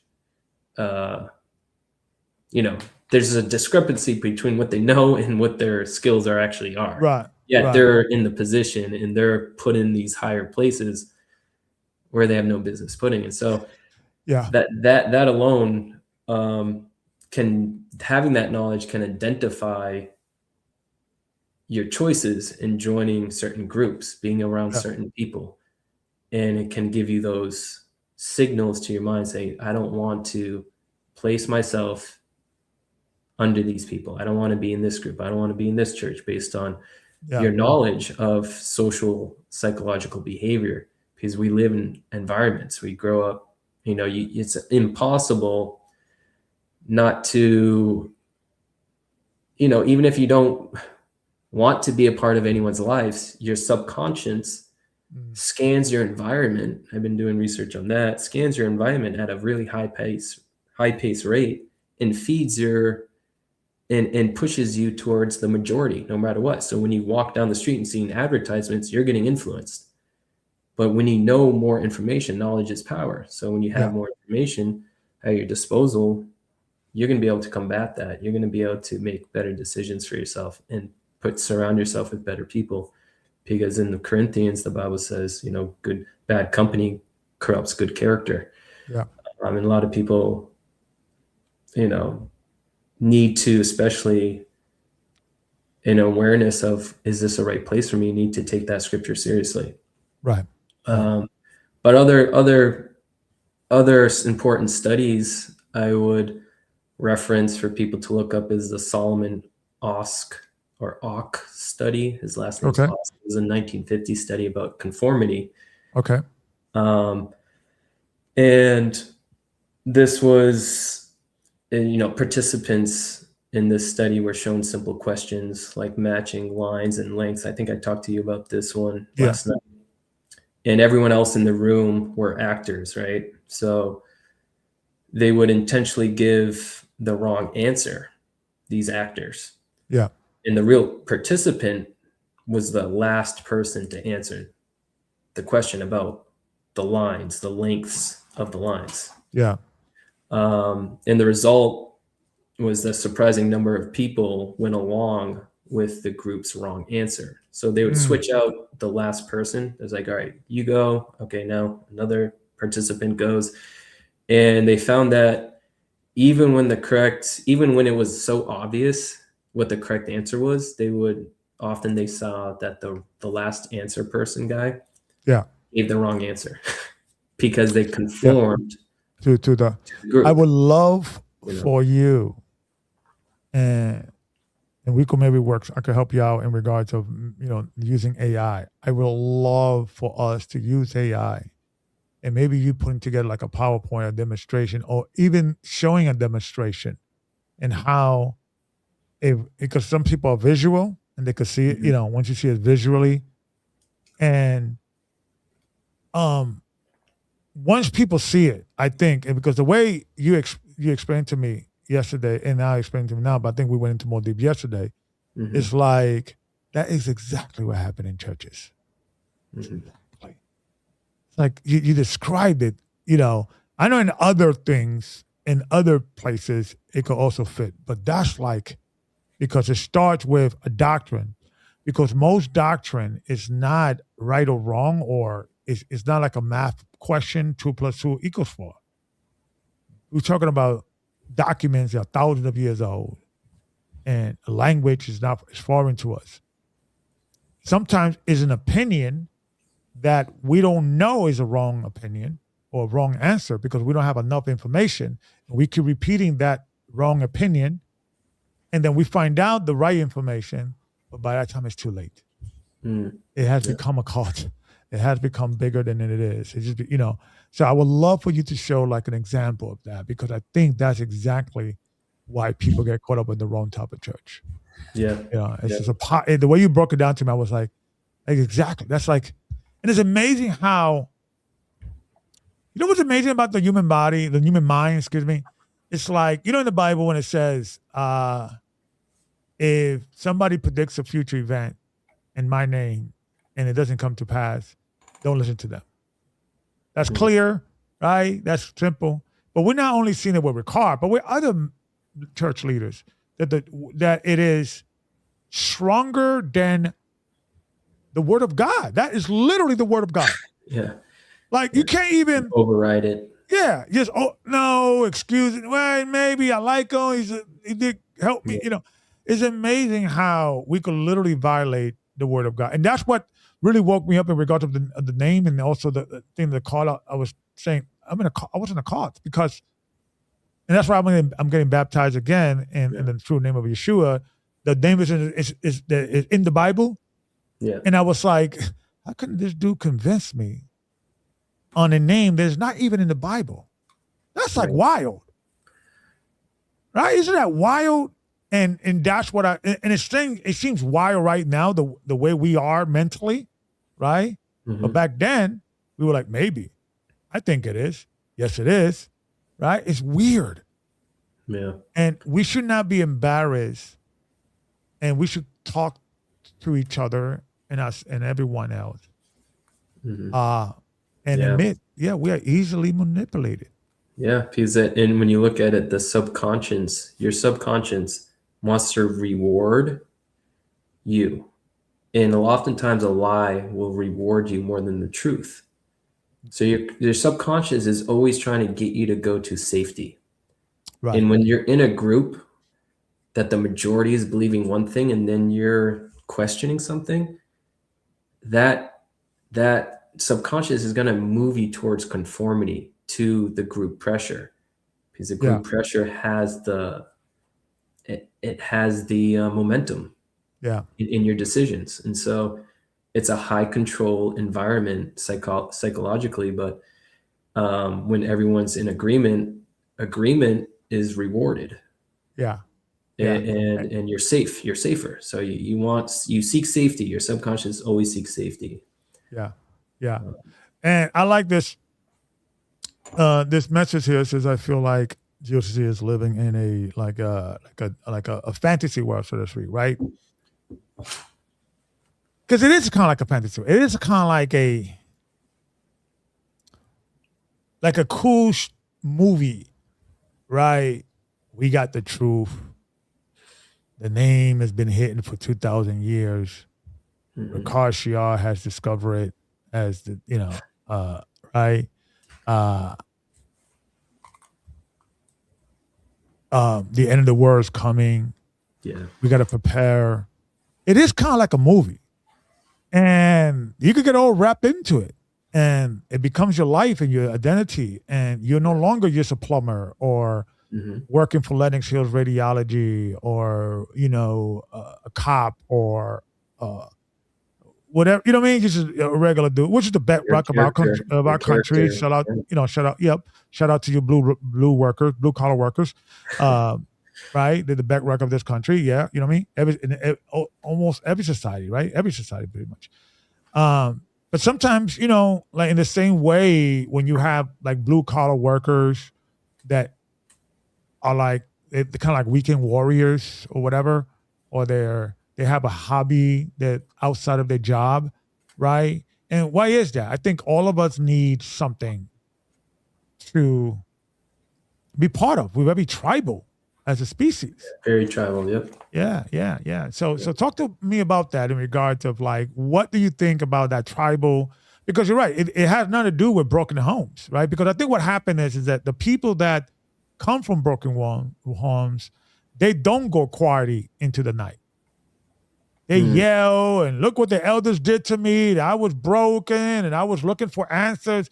So what happened is, since they are the loudest speaker of the subject, and we kind of go quiet into the night because we're embarrassed. We don't want our family to find out. We don't want our work colleagues to find out. That wasn't. You understand what I'm saying? Yeah.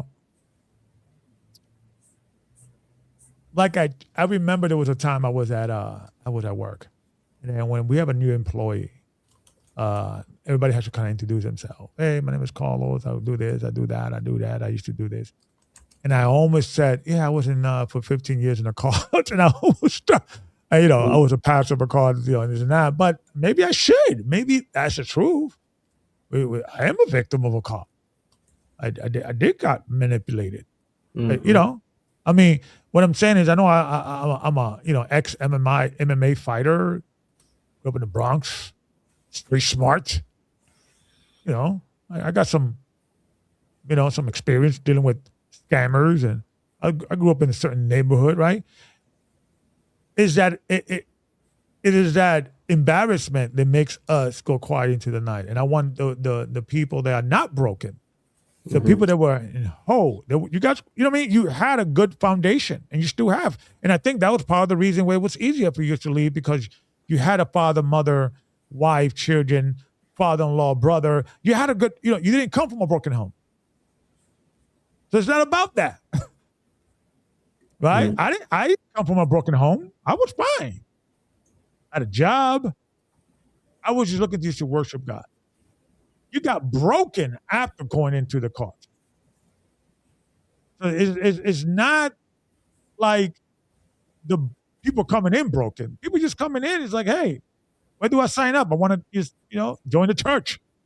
Like millions of Americans, right? So what happened is guys like us, we go quietly into the night. We don't say it. Oh, never say it. And when you're talking about it with your friends and, when you're in the bar or restaurant, hey, Andrew, what you been doing the last 15 years? Hey, Carlos, what's up? What's up with you? Oh, yeah, well, it's embarrassing. Yeah. It is. We got to kind of like, start looking down. We got to, I think that's because the broken girl or guy who came into the church, everybody's listening to them. They're crying. They've been big, what have you, right?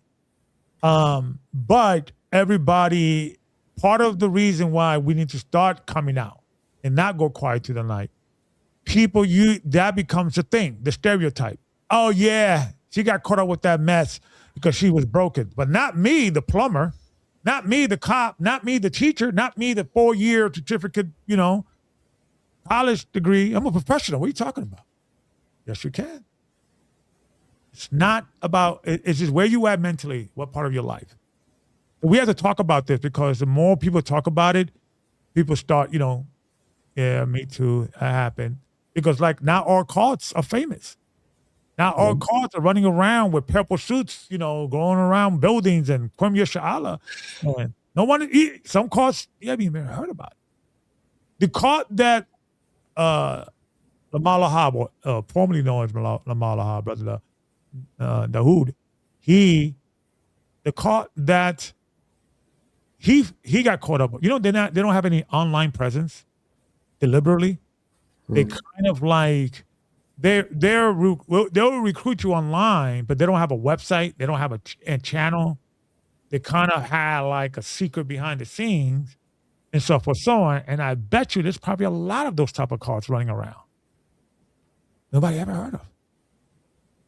And then, we just quietly rebuild our life, go back to our life and don't say anything. We are the ones we have to help.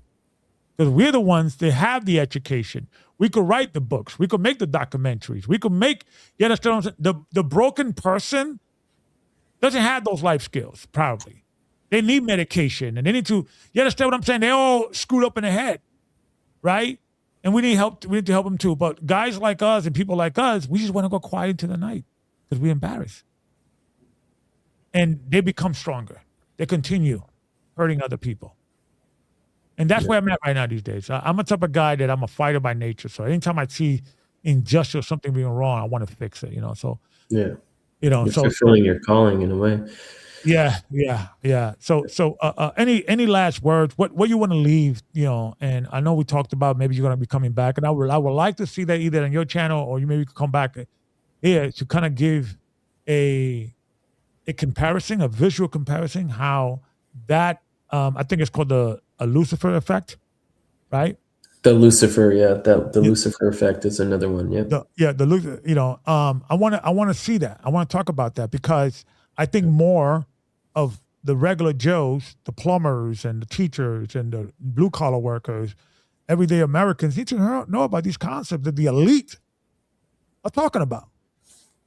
Yeah. You understand? And they understand the human mind and how the mind works. That's why they're winning. Exactly. And so we have to talk about these concepts. They're very important, and we have to because once you understand it and someone could articulate it to you, and you could see it in your life. Because like in the same way when I heard the Dunning-Kruger effect, I was like, yo, I've seen that in real life, but you didn't know how to identify it. You didn't find the word. Now we could find identification. We could say, yeah, I heard about this in the show that his brother Andrew talked about. So it will protect you. It will guide you. What else you got to add before we end the show? And thank you for coming, brother. I appreciate it for your testimony. It's powerful. Yeah. Hope to pick this up again. But just going off of what you said last there about, just understanding how your mind works and your vulnerabilities, and that we're all capable of being deceived, capable of being manipulated, and not having our own thoughts.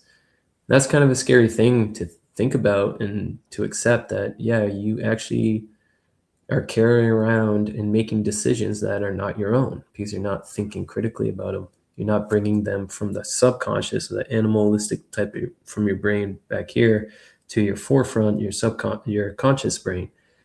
And, with what happened in my scenario in the church, there was definitely, looking at it now, so there's some serious manipulation, psychological plays that happened to me.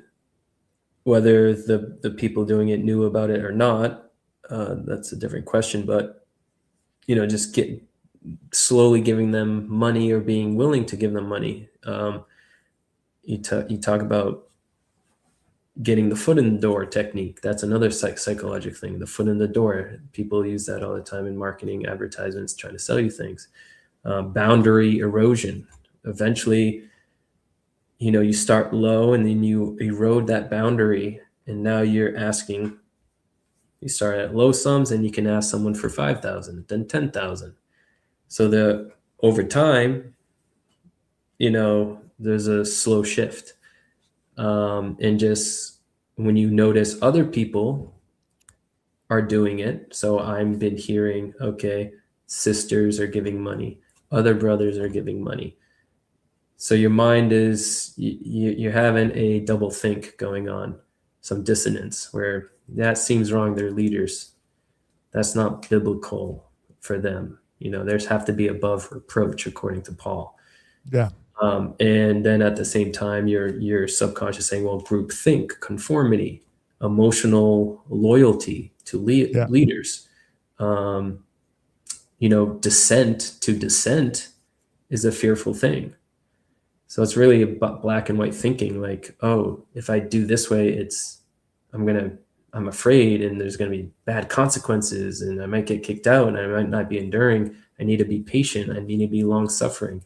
So you're always trying to organize these disorganized relationships in your mind, these trauma, what the psychologists call trauma bond connections, that you have an emotional tie to something, but that's that tie you have is also the source of your trauma.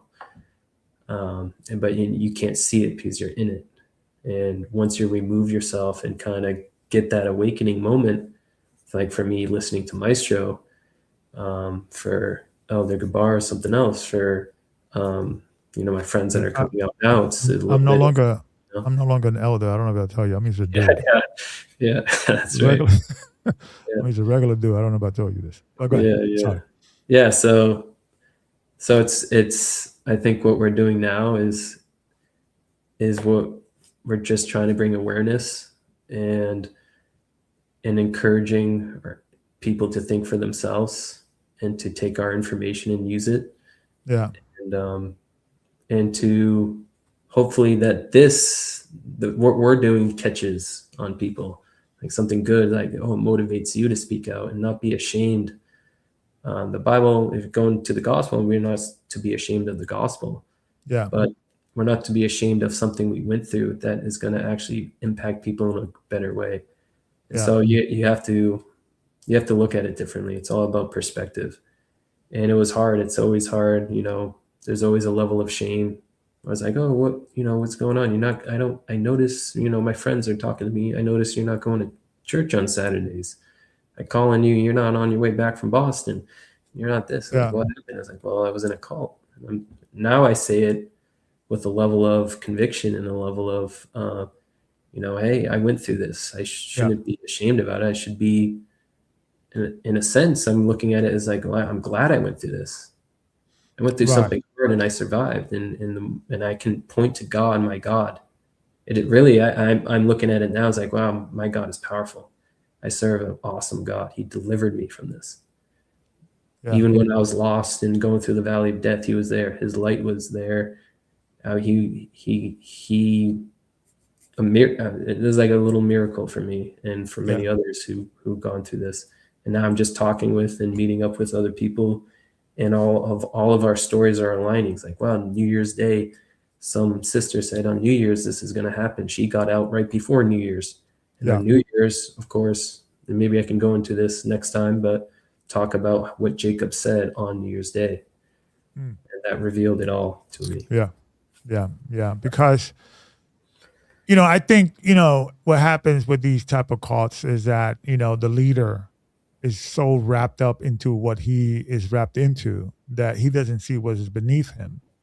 And what happened is that, and I used to tell Ricard that he's out of touch with reality, or out of touch with the people in the church and all that he has to visit them some more.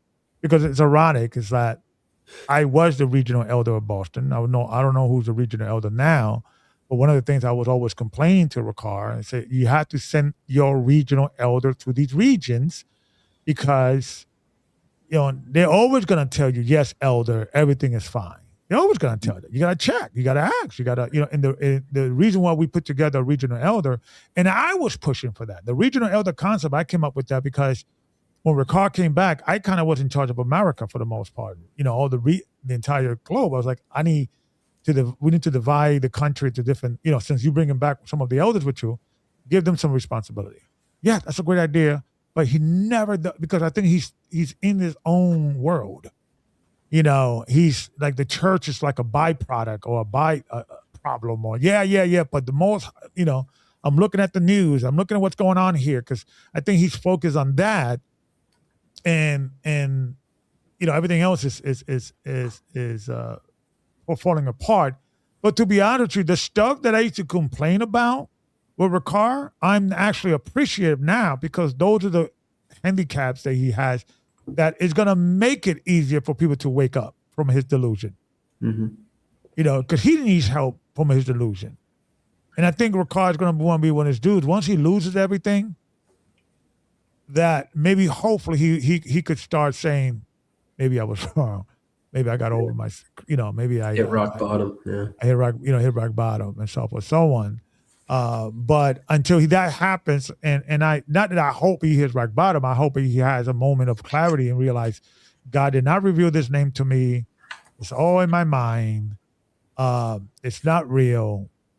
I should apologize to God for changing the name of His Son, changing His name.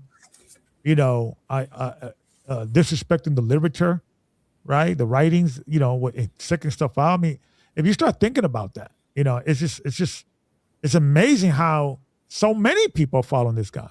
And not only following this guy, there's people that never probably even joined GOCC that kind of saw a video like, yep, I agree with him. It's a higher. Is it so easy to deceive people? Obviously it is.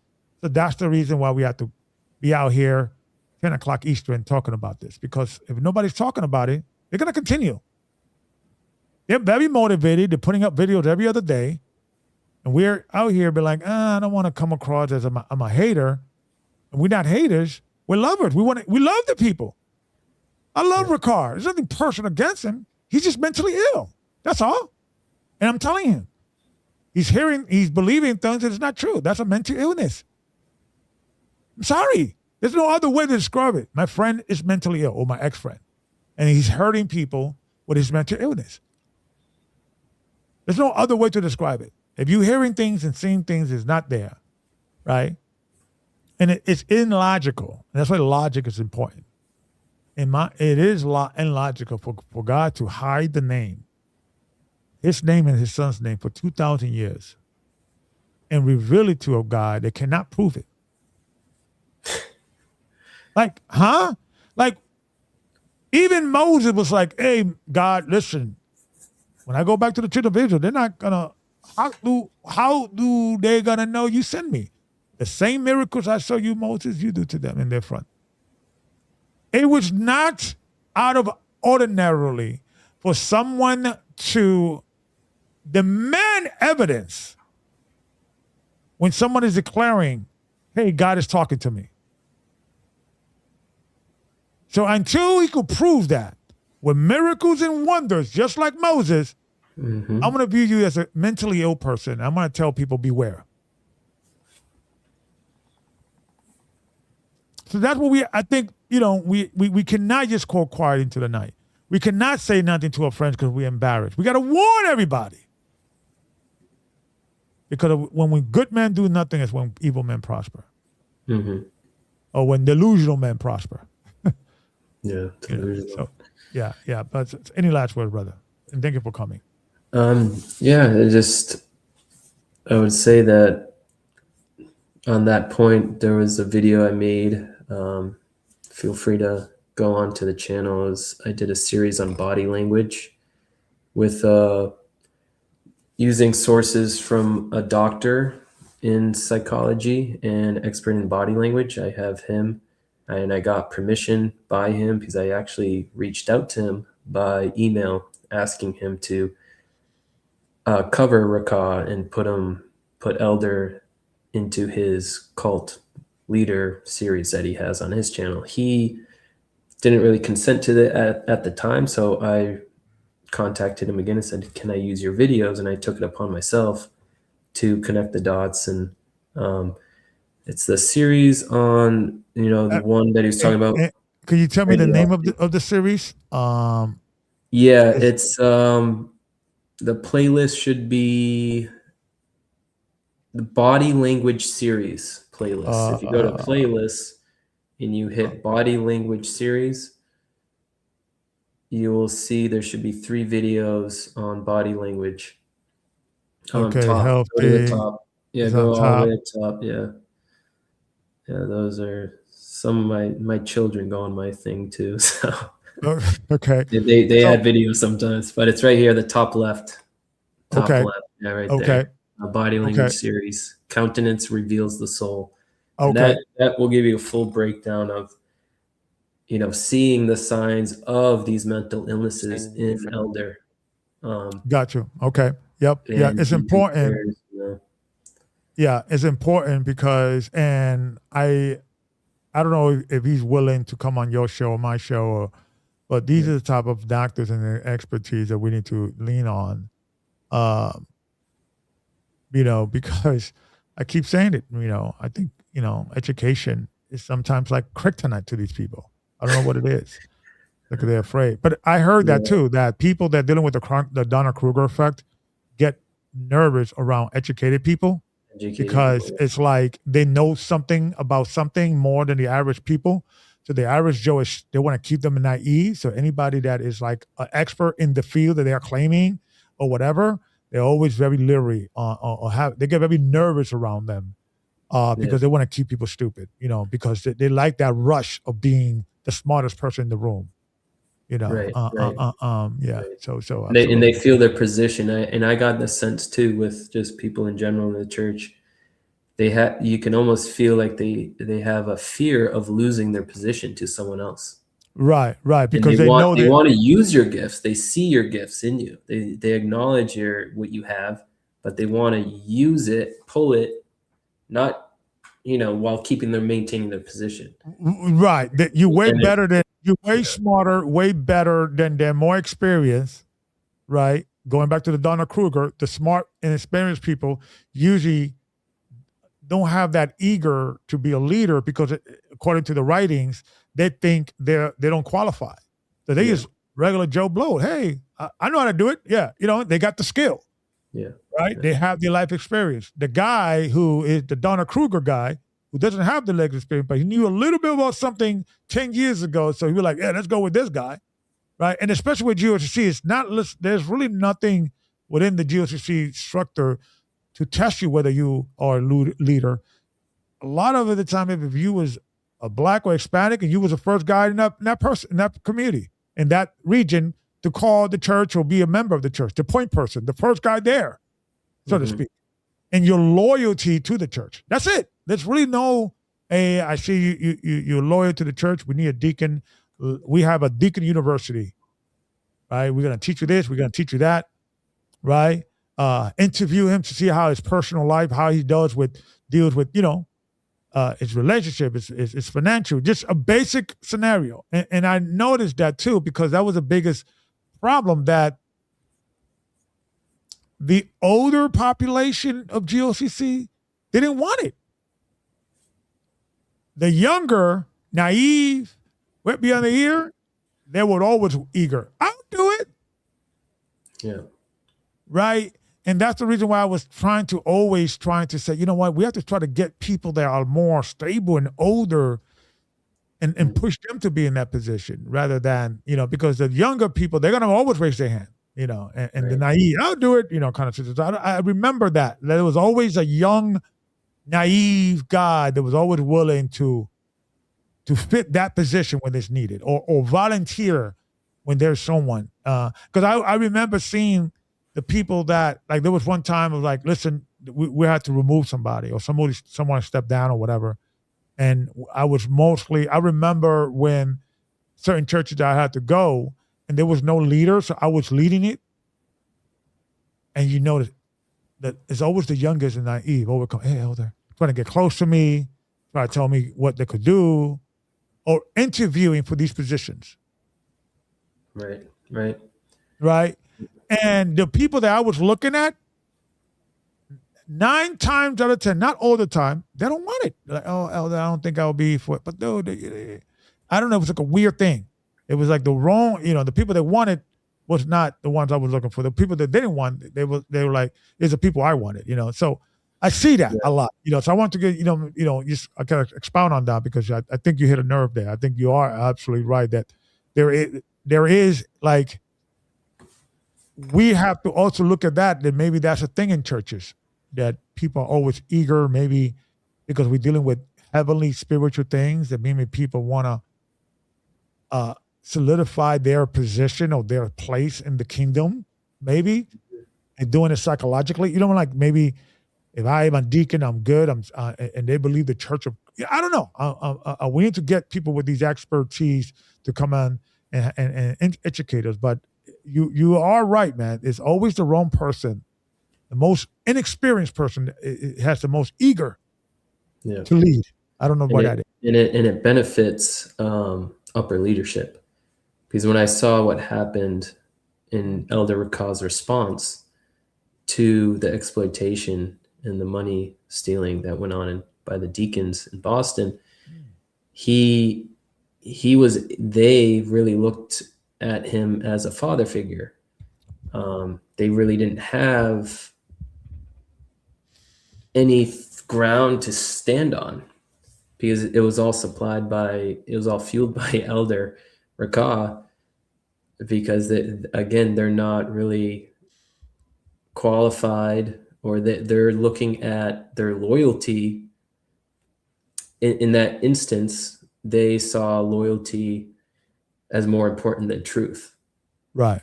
And so now Elder Rakah's like, these are perfect people to keep in position because they're always going to be loyal to me. Yeah, they're a little corrupt. They stole a little money. I get it. Yeah, but they're gonna exactly. They're gonna do what I want them to do. I'm gonna slap them, on the wrist behind the scenes. I'm gonna give them the verbal lashing in front of the congregation. I'm gonna exonerate them. And it's almost like it's a psychological a play again to build that emotional tie to Elder, the dependency. So now Elder's acting as a sort of a savior figure for them. And again, they didn't build that conviction in that truth, in that masculine side of them. And and it's funny, they preach this high standard all the time, but in their own lives, they never built that. Right. And so they're always looking out for external validation. So they're Right. You're externally right. You know what? I never looked at it. I'm trying to validate interrupt. themselves. Looking Yeah. that way. I never looked, and I should have. Gaja is a good example. Mm. Gaja is loyal to Ricard, Yeah. but he sometimes has to sleep around with some women in the church. Yeah. As long as he's loyal, though, that when they Yeah, get but the covering, the yeah. Garden of Eden effect, I call it the Garden of Eden effect, where Mm. God, it's almost like they get covered by him. You know, he puts on the covers their sin up, and then they come back that much more loyal. Is that a term? That's a medical term? No, I just came up with that Oh, because okay. Okay. I'm just kidding. actually, yeah. Uh, I call it the Garden of Eden effect. Because a sister actually made a comment to my wife, and I was like, "Wow, that's really deep." Because she was saying maybe there's some type of bro code where, yeah, they're doing wrong, but they're so loyal to the system, still willing to benefit the system, that they will do something wrong. They will get their discipline behind the scenes. Rakal will come in, cover yeah. their sin in front of the congregation, maintain the image of the church. Yeah. So And the I got to image of the say church something. goes Yeah. forward. There is that. I'm sorry to interrupt. There is Yeah. that racial component there. Right. He's a Hebrew Israelite. You're a Gentile. Yeah. He did Yeah. wrong. You Yeah. know, was King David comfortable for sleeping with Uriah the Hittite's wife? Would he have been comfortable if Uriah the Hittite was a Benjamite, a high priest? Probably not, right?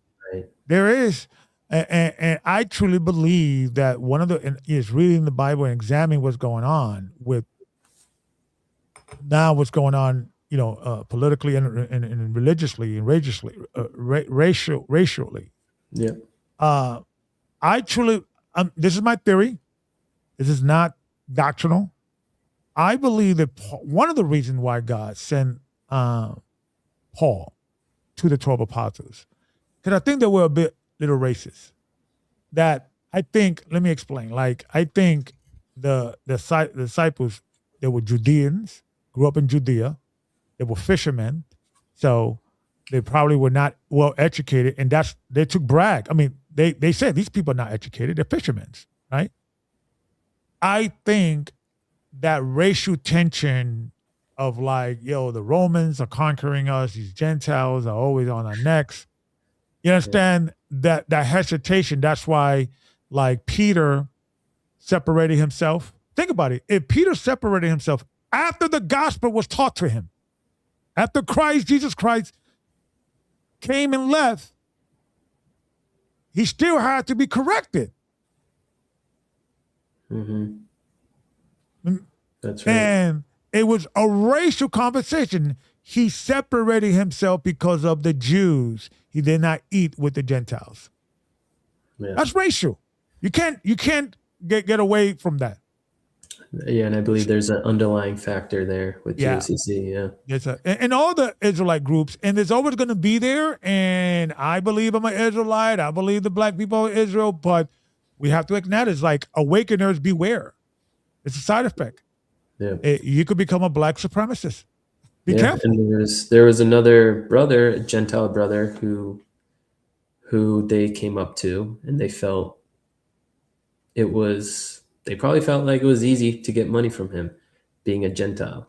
Yeah. Because they saw it with me. I joined before this other Gentile, and Jacob took up to $9,300 from this Gentile. I will guarantee you these guys probably gotten over 50 grand when you combine all the people that have given their money in and out of their hands, and it's amazing, and it's like they say, a class status. Yes, class status. Yeah, you could be. Yeah, we have to be careful within that, because I like since we in the Hebrew Israelite community are dealing with the Hebrew Israelite concept.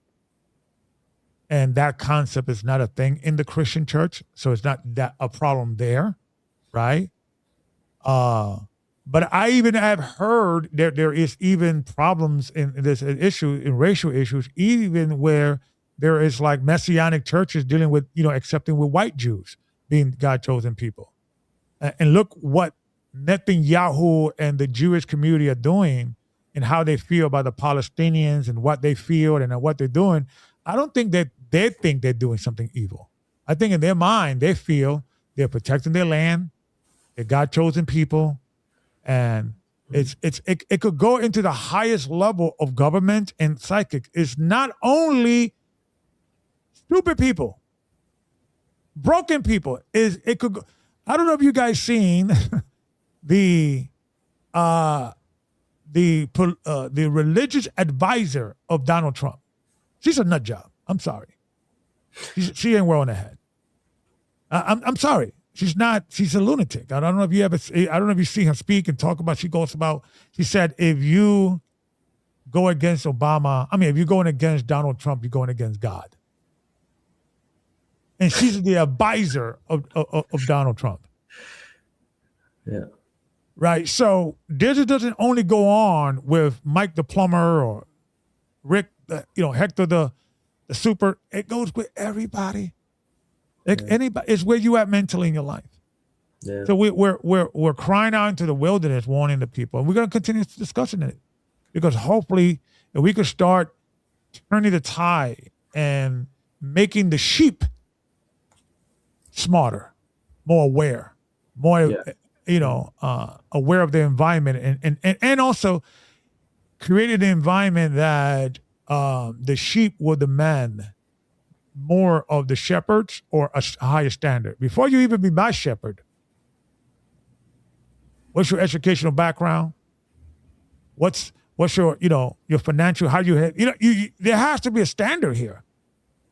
Yes. You understand? Because now there is no standard. Anybody like, I used to be a killer, murdering, drug dealing servant, but the Lord has called me. I wasn't there, dude. You went to school? What is your qualifications? Yeah, but listen, never mind that. Yeah, we gotta and stop I think these we were talking about. Sorry to interrupt you, but go ahead. Reminded me of a conversation last night.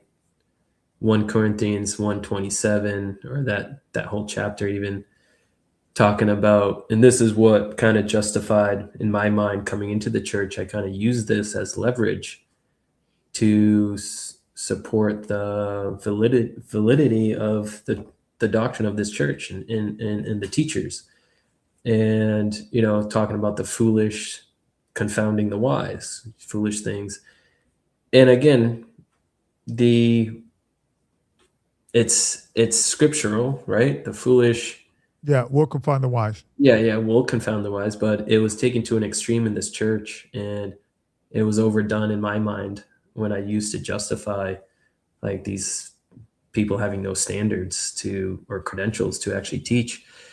Foolish equaling uneducated leadership. Wise is anyone academically trained, historically informed, psychologically informed, theologically educated. So, the confounding the wise basically meant, in my mind, elder winning debates or debating people, using the sword in the streets, sounding authoritative, even just sounding authoritative, or emotionally overpowering people could be confounding the wise.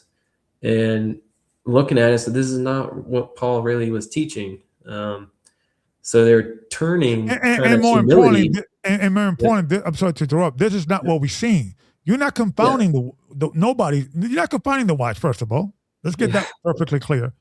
Okay, the wise are embarrassed to even have a conversation with you because you believe they're on the intelligence. Confounding the wise is exactly what Jesus Christ did in the temple when he was asking them questions they couldn't answer. You're confounding them. Not doing like Michael Eisler, after he had a meeting with Ricard and Gaja, I think about 10 years ago. He had like one of the, in the podcast. And he did like a white paper, like a blog on his experience. He was like, these are the most dumbest idiots. I mean, he didn't say those words, but he was just using uneducated, unfounded. You're not confounding. That's evidence that you're not doing that. And that's evidence that you admitted that you're a fool. So if you are not confounding wise, go to school. Yeah. Stop acting. You admitting that you're a fool. So you admit that you're an idiot then? If you're confining using that scripture as a justification why you're not going to school? Okay. So until you could show us that you could go to colleges and confound those people, right? Then you could talk to me that you're fulfilling that scripture. That scripture. Until now, go get your butt to school, man. Acting up like. Yeah, it's like they don't need the education because God purposely chooses the unlearned, almost. Right, That's what they're trying to say. Okay, and then their wisdom is praised. Okay, I'm gonna treat this. I'm gonna treat it like the speaking in tongues rhetoric. Okay, you believe in speaking in tongues? Vamos a hablar en español ahora. Let's speak in Spanish because I speak Spanish. You don't speak, and because the reason why, the reason why you needed a witness, and usually those witnesses when I just on the history of the speaking in tongues, is because the person who, let's say you're Italian, for instance, and you came to America and you know English, but you know Italian, you speak it, right?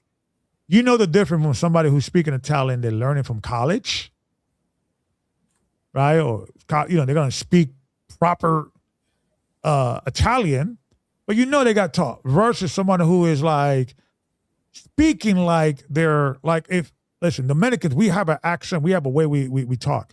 You can't trick me. If you start speaking Spanish versus Spanish. And particularly, the different how to speak, how the Mexicans speak, how it's too, like I could tell if you learn Spanish from Mexico versus finding from Puerto Rico, Dominican Republic, right? So you want to speak in tongues, let's talk about it. Right, but if you start challenging the rhetoric, they start exposing themselves. Okay, you're the fool, confounding wise. Let's have a debate with a professor. Well, no, I got to do I need 6 weeks to. Wait a minute. What?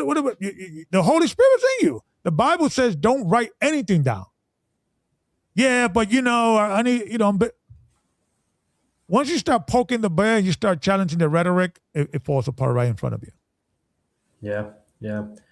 They're being uninformed, and then they make that leap to say that God chose us, right? And it's a dangerous leap because when you look at Paul, he was trained by Gamaliel, right? And Moses was educated in Egypt. Joseph was the highest educated out of his group, and then Daniel was trained in Babylonian learning. Luke was medically educated. Yeah. Yeah, so again, they create this false binary: worldly wisdom versus all education. It's not, but it's always black and white with cults. Right. There's a balance. But yet, okay, they will harm, but not confounding anybody. They're just using that. Like I just taught you something last week, dude. What are you talking about? You know what I mean? Like you proving me right. Because you're not confounding anybody. You should not be using that. If you are a fool, not confounding anybody, you should shut the hell up about this confounding the wise thing. Because that's not talking about you. You're not confounding the wise. You want to hear all the commentaries on your lessons, how stupid it is and how people are criticizing it and yada, yada, yada. You understand what I'm saying? I mean, so a lot of it is if you just attack it would but the fact that they're being exposed and the fact that now that script is now being repeated often and they're out of their lips is part of the beginning of their collapsing of their worldview. Because I want it to be like for another 10 years or no. So, or 50 years or whatever, that the concept of a person saying, I want to, start a church. Right. That if he's not educated, it's not even a conversation. Nobody's going to even listen to him. When sheep starts demanding for qualifications, these guys are going to go away. Yeah, yeah, and sometimes the qualifications are overlooked in many areas of a person's life. Like we just talking about education. We're talking about experiences, and we're also talking about just morals, just having a sound your family, how you take care of your family, how you are at your job, how you're maintaining, are you getting promoted? Are you Yeah. leaving jobs? Are you going Right. from job to job? Those are signals. Because I had an in-law who had certain traits that exhibited, mental problems, mental illnesses, and he would move from job to job, couldn't keep a job. That's a sign. So these like Yeah. we go to this church and everything goes over our head. We're just so enamored by Right. the truth, finding the truth, Right. the revelation we receive, that we just we see past important Right. And, standards. and and not only in that world, the guy who's jumping from job to job has not only a scripture, but it has a whole lesson and why he left that other job because the spiritual demons were in that job and this and he Exactly. left the other job and the boss was dealing with witchcraft and he left that job. There's always some biblical, reason, some spiritual reason why never accountability. Not, Yeah. I came late. Yeah, I got into an argument with my boss. Yeah, I was always not, doing my job. I need to get better. There's Yeah. always some spiritual hocus pocus. The reason why, so the very institution, the culture breeds delusion. Yeah. And I still believe in God and our will, but we have to start checking our culture because the culture breeds delusion. Yeah.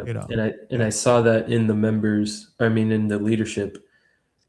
Once I started the scale starting coming off my eyes, I did see leadership exactly. They would, a lot of the lessons, these are 4-hour lessons and they're talking about their own lives a lot of the time, Yeah. There's no mentioning their structure. Yeah. struggles, mentioning this, going down rabbit holes about they did this and they had, their faith was really tested here, and this happened at their work, and there was gossip at their work, and they said they did Matthew 18 at their job, or they saw the last cookie crumb in the cupboard, and they kept it for their children. It's just really things that bring down you to not really progress. Right. You're not, you don't have a progressive mindset when these leaders hypocrites are speaking over you. You have a going back to infantilism. Yeah. You're regressing. That's what they call infantile regression, is another psychological concept where you're reversing in life. And that's what Christ said in the Gospels. He came to give us life abundantly, not to, and when these people are sitting in the seat of Moses speaking, Christ said, don't do what they do, because their lives are not together. But our subconscious picks that up, and we start going down to their level. And this is why it's really important to get out of these scenarios. You can't say, oh, well, every church is bad, I'm going to fix it, it's going to get better. No, you got to get out of there to start living the life God wants you to live. Yeah. I hope more churches start listening to what we're saying and realize, is my church a cult? Do we need to start implementing certain guardrails to make sure that we don't get caught up in what cultism? Do we have a board? Do we have a committee? I hope that more people, and I think, like I said, the poor make the more noise, but the people that make changes, policies, are the middle class and the upper middle class. And why? Because a lot of us have the education.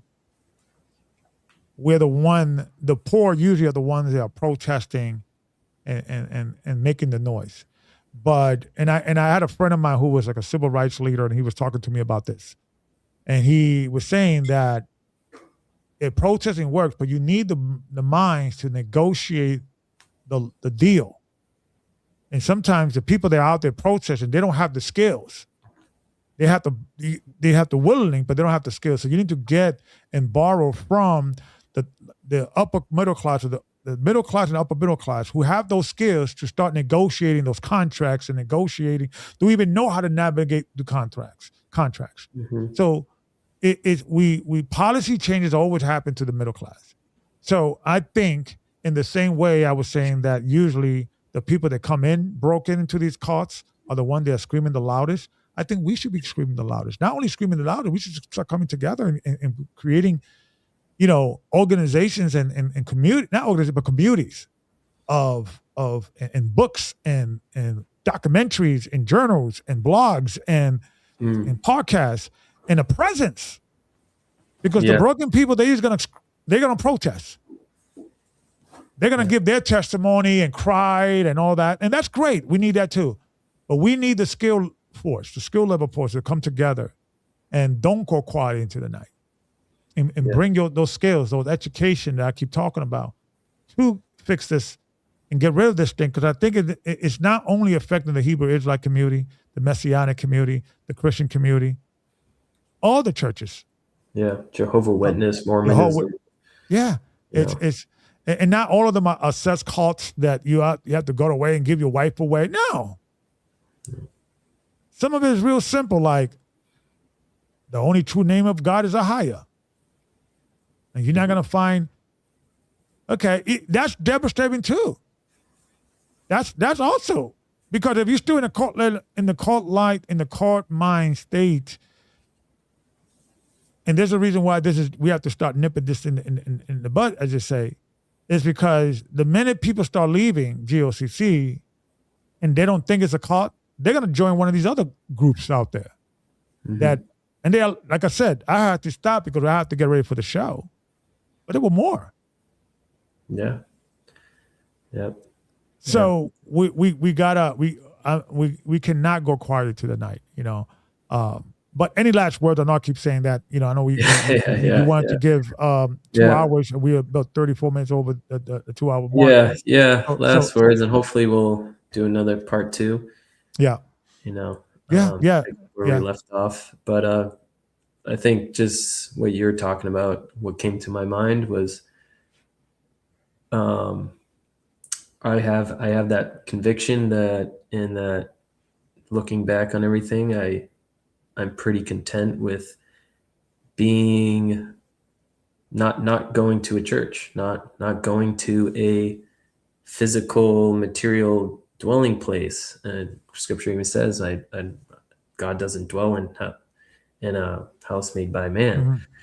We are the temple, according to Christ, and He's empowering the individual. And I think everyone coming out of cults will receive their power back that Christ gave to them. And so where 2 or 3 are gathered, Christ is in the midst. So I'm here satisfied, content in just doing these things, building, exposing, helping, and connecting with people that I know are genuine, and really just want to serve God in the simplicity of the gospel, and just simplicity. Not here to, debate much, just even going back to my old connections in the church, Christian church, and not burning any bridges with people, because knowledge is not the indicator of who's most righteous. It's often just a simple childlike faith and fear of God. Yeah. In a heart, and the Bible says the pure in heart will see God. So I'm looking for people that have a pure heart and that want to build, and I will build with them. And we don't need to go to a building. We can go to a house. we can say, hey, brother, come on over. I was like, I'll be there. And make it fun, man. We don't always have to agree on everything because it's a mystery. But we have the building blocks, right? And the building block is the literature, what the Bible says, and the Beatitudes, the commandments of God. They're simple. If we argue about everything else, right? Like, half the time it's some other nonsense that's not even biblical, to be honest with you. It's always like, what's the right calendar? And Yeah, yeah, Oh, brother, you're going, and there's always these like this life and death type of scenario. If you can't, don't touch that. No, don't do it that way. That's satanic and evil. It's like yeah, we gotta get rid of these knuckleheads. They're not helping. We need to progress. You're right. We're degressing. We're not progressing. So yeah. absolutely, man. That's Absolutely. I'm it. excited about it. I'm actually excited. I'm actually this new chapter in my life. I don't know if you are. Yeah, yeah. I'm really excited. Actually, I, like you said, I think I found things are coming together in my life. It's like, okay, this now it's making sense. Now it's making sense why I did this, why I went through this, why I Yeah. had that schooling, why I met these people in the time of life that I met, even the people I've been, you specifically, Gabar, why I met you, and why you came out at your time you did, and why I came out in the timing I did. And here we are, we're in the new season. We're going to plant new seeds and we're going to reap something even greater in the summertime. Yeah. Um, Yeah. and Yeah. I believe that. I think we're gonna turn this around. I think we're gonna finally, talk about this. I think this is going to yeah, be a conversation that many people are going to be like, you know what, it happened to me too. Because and more I people will think, yeah, I too. think the only people that are getting the news headline, if you will, is the people that are getting caught up with the extreme courts, right? The Yeah, nature boys, the crazy sex cults, and but it's everyday people, it's not necessarily a tragedy from a perspective that, oh my god, they told me to mortgage my house or something, or I gave away my wife and some crazy satanic stuff. Sometimes like I dropped out of high school. I mean, I dropped out of college, and now I'm working in Walmart. Like that sister that you know, and she was a paralegal. Now AI took away her job, and now she's trying to get pick up her pieces. Yes, she didn't lose millions of dollars. Yes, she didn't. She was not involved in a sex cult, and she had to have sex hmm with the leader and all that. yeah, And no one is talking about it. It's not. It doesn't hit any news, yeah, yeah, right? Uh there's not gonna be a follow up. Hey, sister, how you doing? Yeah, I yeah, finally graduated from college again, and my first interview. I'm excited. Nobody's, what I mean. Nobody's gonna see that victory, that yeah, story. No books, no movies gonna be written about it, yeah. right? The Gonna famous go ones, under the radar. Yeah, the crazy ones. The nature boys, the crazy cults. I want yeah, the more violence, the more sex. More, yes, we yeah. want that. Not the little ones that That some won't stop. cause nobody heard about, right? It's Yeah, always so. I want to bring light to that. yeah, yeah, Those testimonies and those, because those are the people that go quiet into the night yeah. And and then you just move should on give with their life. significance to that because people, even though it might seem smaller than the more graphic stuff, Yeah, it still affects people's lives in subtle ways, and it messes with people's mindset. And they look back. They can look back with regret. They can spiral into guilt. They can spiral into shame, embarrassment, keep things in, not find an outlet, not be able to make decisions on their own because they were relying on the cult leaders to make decisions for them. So they have that yeah, independence they have to get back. So there's a lot that needs to be said and needs to be learned, and a community needs to be built around for helping these people and for myself included to connect with others because I need help too, and this is helpful to me speaking to you, the brothers that call me every week, super helpful. um, yeah, it's really yeah, good. yeah. You're right. It is, and I know you and I have been talking. I think we first linked up again about 2 months ago, and we were talking. And I know we were talking about you coming back and having a conversation. But you was in the middle of it because I think you was trying to, we didn't want anything because the guys that did promise, one of the guys promised to give you some of the money back, and he Yeah, did. And I didn't want to you come on the show to kind of rock that boat because I wanted you to yeah, get some money back, yeah, what have you. And I know that you're still, everything is new. hmm So, sometimes because I've been like 3 years away from the church, and when new people come on, I'm like, yeah, okay, let's go. I know, we're gonna do this because I'm already focused on what I want to do. You've been out, yeah. Right. And it's been 3 years and all that. But I also understand that I got to be patient in all of us, right? Because more people come out. Sometimes people need like a good 6 months to a year to know what they're going to do next. Right now, they're just rebuilding connections, calling all friends they haven't talked to for many years, just trying to get their, right? Because prior to that, you were trying to probably leave. You was probably buying all this food and water because the end of the world is coming. Selling investments that I did that I shouldn't have, or cashing out of things that you look back like, why did I do that? Like, thank you. And that it affects people. Yeah, it does. So I know you're still in that unpacking. But I think you're right. We need to produce and we need to produce something that they could go invent. Yeah. Because I have spoken to people that call me and they're either thinking of leaving or left and they just want to talk. Yeah. They want to talk about the situation that happened to them. And I'm a type of guy, and it took me a little bit to understand what I was listening and what was going on. Because I'm a type of guy, okay, tell me the problem, brother. Tell me the problem, sister, and I want to fix it. Yeah. Not knowing, not understanding that they don't want me to fix the problem because it already happened, dude. You shut up and listen because they're venting. So it took me a while to figure okay. Yeah. And so I just let, and it usually happened after like a show. I usually get like an email or, because everybody and their mother has my number in GOCC. So I usually, right. So, it is a thing. It's a process, man. It is a process, and it should be taken seriously. It should be, we should, we got to respect it and understand that it's not a joke.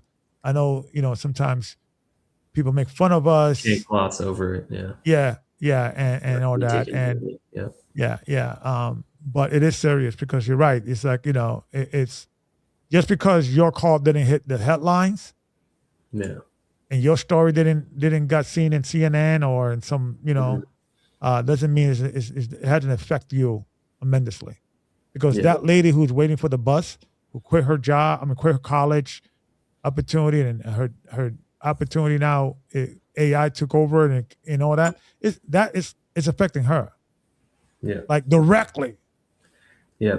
And the time and energy, your Saturdays, your weekends are booked up.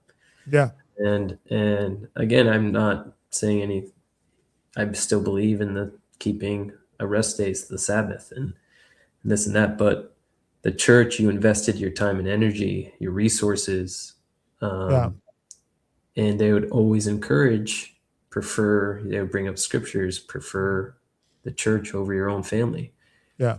And if you're not, or if even they would say if something's wrong, is not going in your life, then you're probably not. That's an indicator of you not on the path. Yeah. So we're almost looking for problems. We're looking for tribulation. We're looking for a trial. Right. So this is my thing. And I want to hear your opinion on this. Cults are using what the church established for keeping people safe from sin in the world. They're using that to keep people in line. You understand? It's so if there's a cult and they're afraid for you to leave, they're going to find some scripture to justify for you to leave, for you not to leave, right? Mm-hmm. In the same way, if we were in 2000, we were in first century Judea 2,000 years ago, Paul writing those letters encouraged people to stay together, stay in the body of Christ, stay in the church, beware of sinners, beware of things of the world, which is true. Ironically, used those same scriptures. It's like almost Satan dealing with Eve when he was lying to her by telling her the truth. Kind of. Yeah, when you eat this fruit, you will not die. Now, he was kind of technically lying to her because one day to the Lord is like 1,000 years and he'll eventually die. But technically, he was not telling the truth. He was telling the truth. Their eyes were open, knowing good and evil. So the cults kind of work very closely to the truth in regards and how the true church of God will deal with issues with people sinning in the church, maybe thinking about leaving the church. Yeah. Yeah. No, don't stay. Yeah. The cult is almost like a mirror of the true church of Christ. So therefore, you don't know the difference. It's hard to tell the difference. That's a destructive cult right there, because and even the imagery that Elder uses, the church becomes Noah's Ark. Right. To a point. And safety exists only inside this organization. Right. Which because, technically, safety is supposed to only exist in the true church of Christ. Yes, in the true church, yeah. But it doesn't exist. But here you have this counterfeit all over. But no, we're safe here. No, you'd be safe over here. And then they use, like you said, another scripture, they use the offenses. Oh, you left because of an offense, and they minimalize and make it seem like it's just a petty offense. Right. But it's really a grievous offense. Right. It's really a great. It's a sin attached with a lie, attached with a cover up. Yeah. So that's something like we were thinking. Okay, yeah, the ark, the church is supposed to kind of like act like an ark, right, of protection, a hedge. But what we're seeing when we're in the church, we're seeing something else. We're experiencing something else, and that creates that dichotomy, that two opposing feelings, the doublethink, the cognitive dissonance, the unease that you feel, and you're trying to pinpoint: is it me? Is it them? Is it this? Is it that? Yeah. And you stay stuck. You stay rationalizing, justifying them. Oh, you're going to go through every scripture and use any scripture to justify it. Staying means survival, leaving means danger. You're experiencing panic, you're experiencing guilt, dread. You get this is all, I'm speaking for myself, what I felt. Yeah. And then when it takes something very serious, like my situation, to say enough is enough, basically. Yeah. And they can make it seem like, no, this is normal. Yeah. This is just an offense. He left because he was offended. Right. And therefore the other members are looking at this just as bystanders. They're looking at me, oh, he left. Well, he left and he left the hedge. Oh, he might get attacked by Satan. He's vulnerable now.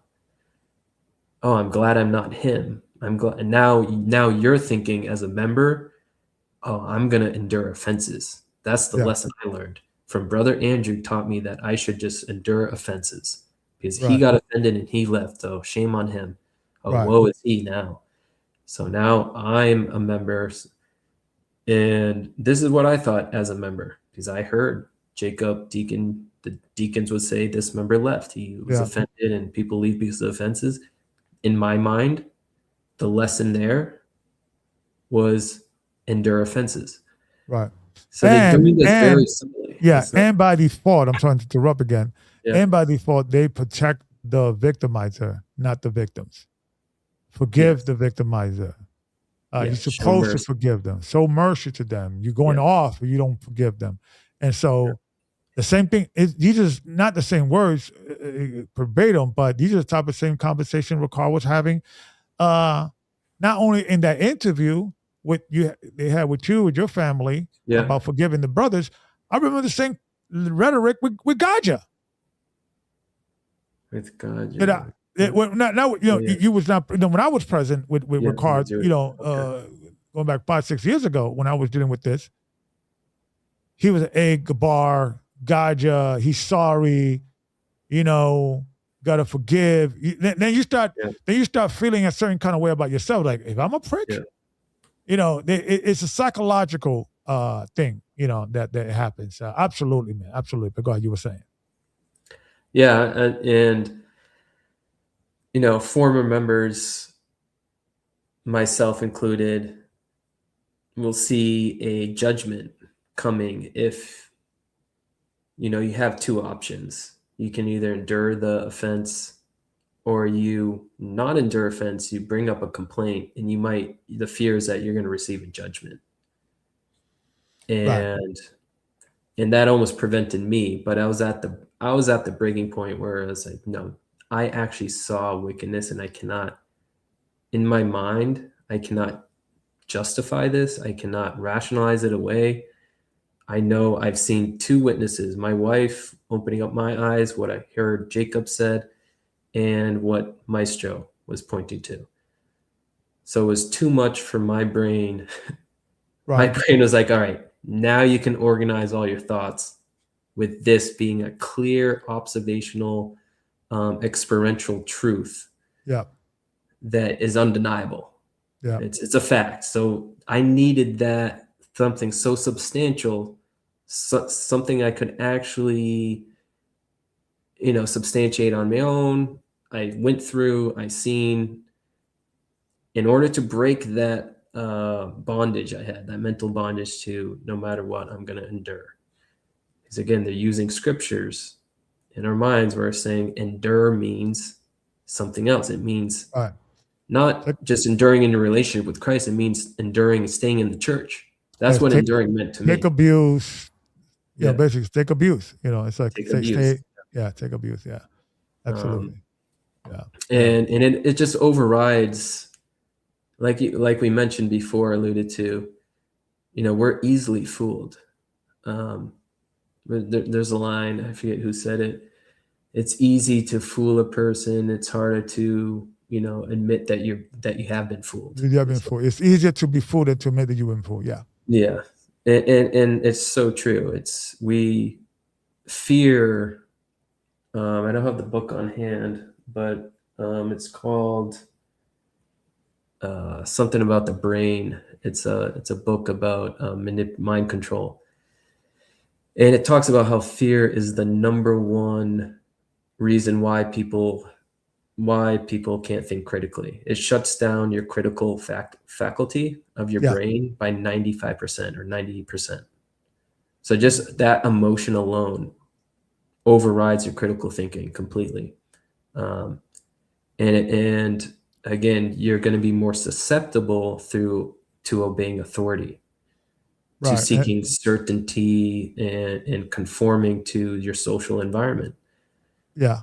Yeah. I'm here. Avoiding Yeah. any risks, avoiding any risks as well. Shout out to the word. He said, if you leave, you never was with us. With us. That scripture is always used. Yeah. It's always used, these scriptures, right? It was never really with us. Yeah. So the Bible has a bunch of scriptures that these cult leaders and members use to defend themselves, which that's what makes it harder to identify the cult. Yeah. Because they're using the good book. Yeah. They don't realize Satan in Corinthians 11, he can masquerade as an angel of light. He can. He's an angel of light. Yeah. Yeah, and we're kind of ignorant. Oh yeah, Satan can use scriptures. He's a master at using scriptures. Yeah.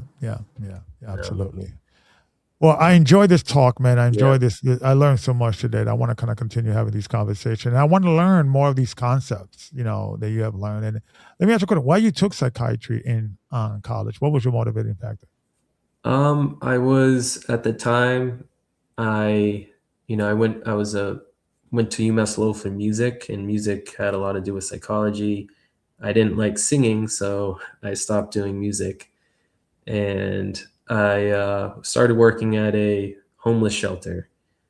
And for some reason, me always loving to, I was in the youth ministry at the Lutheran church.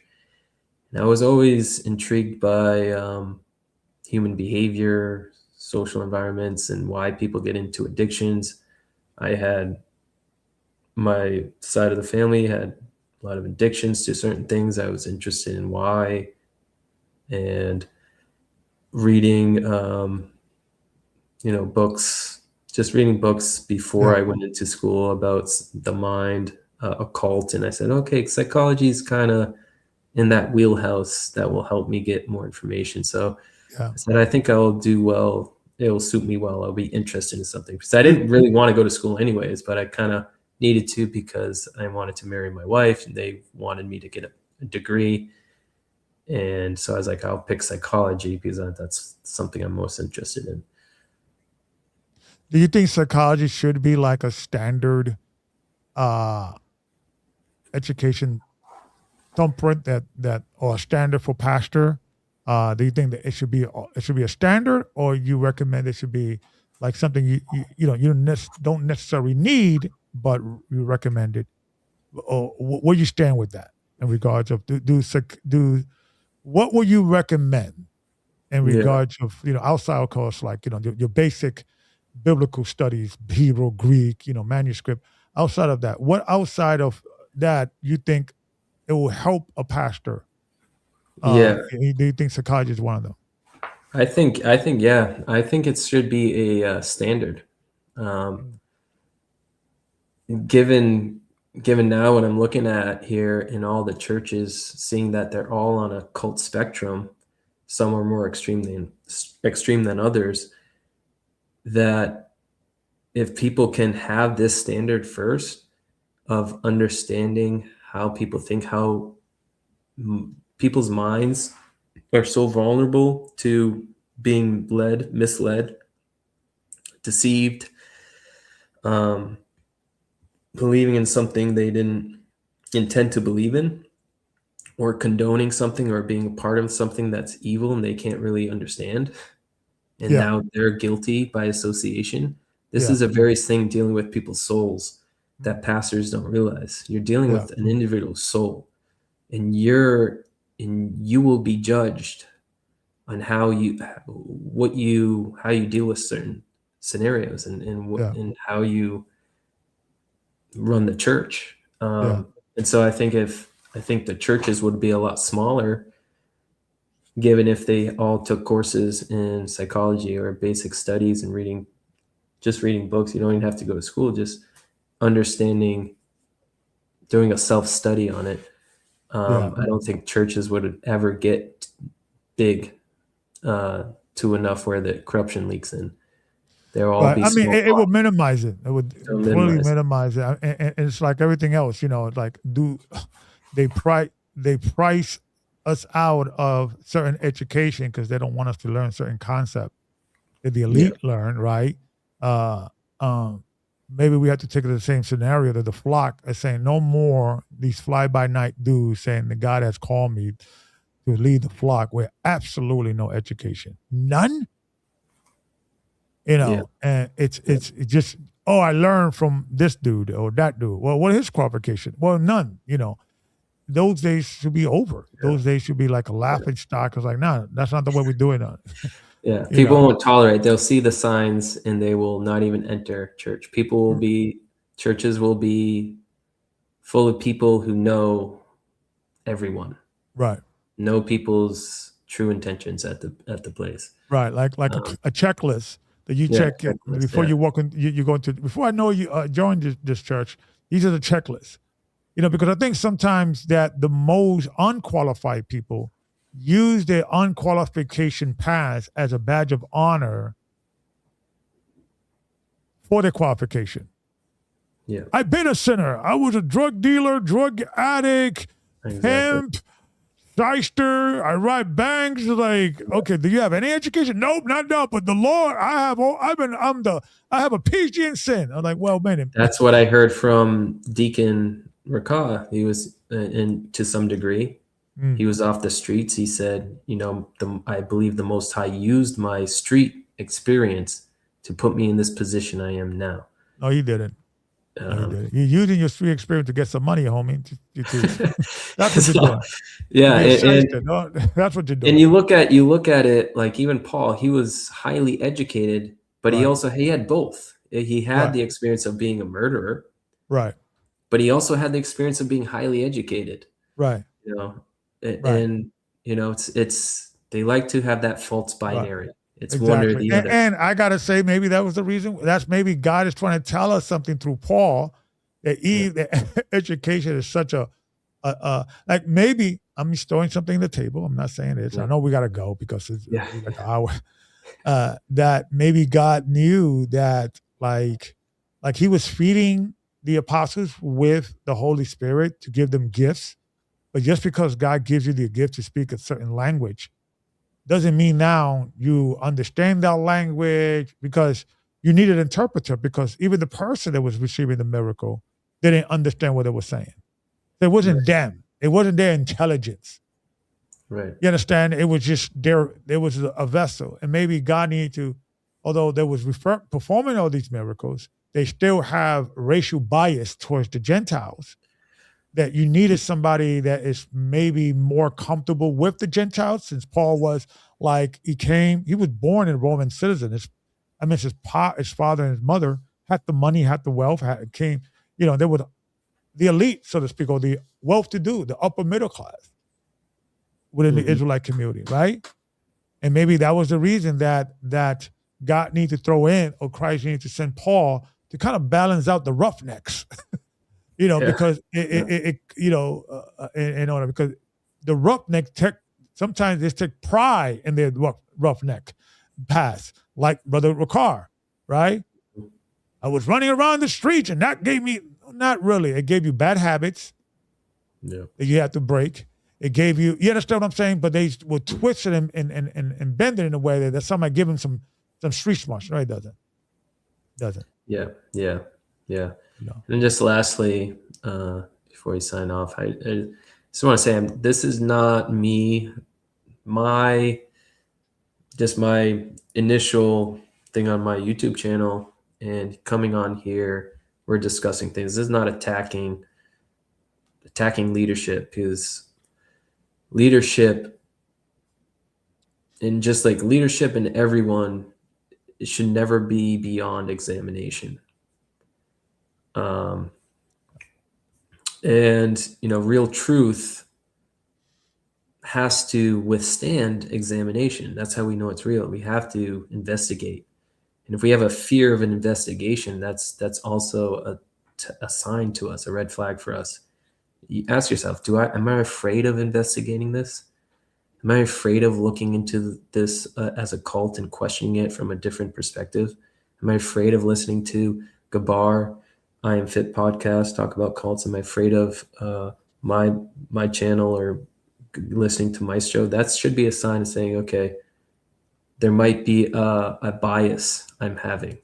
There might be a insecurity I have, because if I do investigate, I might be wrong. And I might have to admit I was in a cult. I might have to admit that I followed and wasted my time. But we have to change that perspective. Your soul, your growth is not a waste of time. Yeah. This is all for growth. This is all for progress. You were here for a reason. And that reason might be for you to start fighting for truth. And using this to fuel you and connect with the Most High. So again, it's about accountability, keeping people accountable. That to systems that threaten people's lives, and exposing corruption, just like the Bible tells us to do. So our goal here is not just to tear down, it's to give people understanding and discernment and bring transparency to the table. Because I have nothing to hide. If you go on my channel, you can see me be emotional and be embarrassing. I was embarrassing in those recordings. I said things that, you can see me. You can see who I really am behind the scenes, and I'm not ashamed of it. Yeah, and that it's weird with the podcast, because it's like you got to be willing to just, I have cried in the show. I have gotten mad. Me, I get all banging stuff. But that's part of the process. And to be honest with you, I think there is a desire for truth in the earth, and people want that, and people appreciate that. And I know sometimes in these podcasts you need to be a certain kind of way, and yada yada yada. I get that.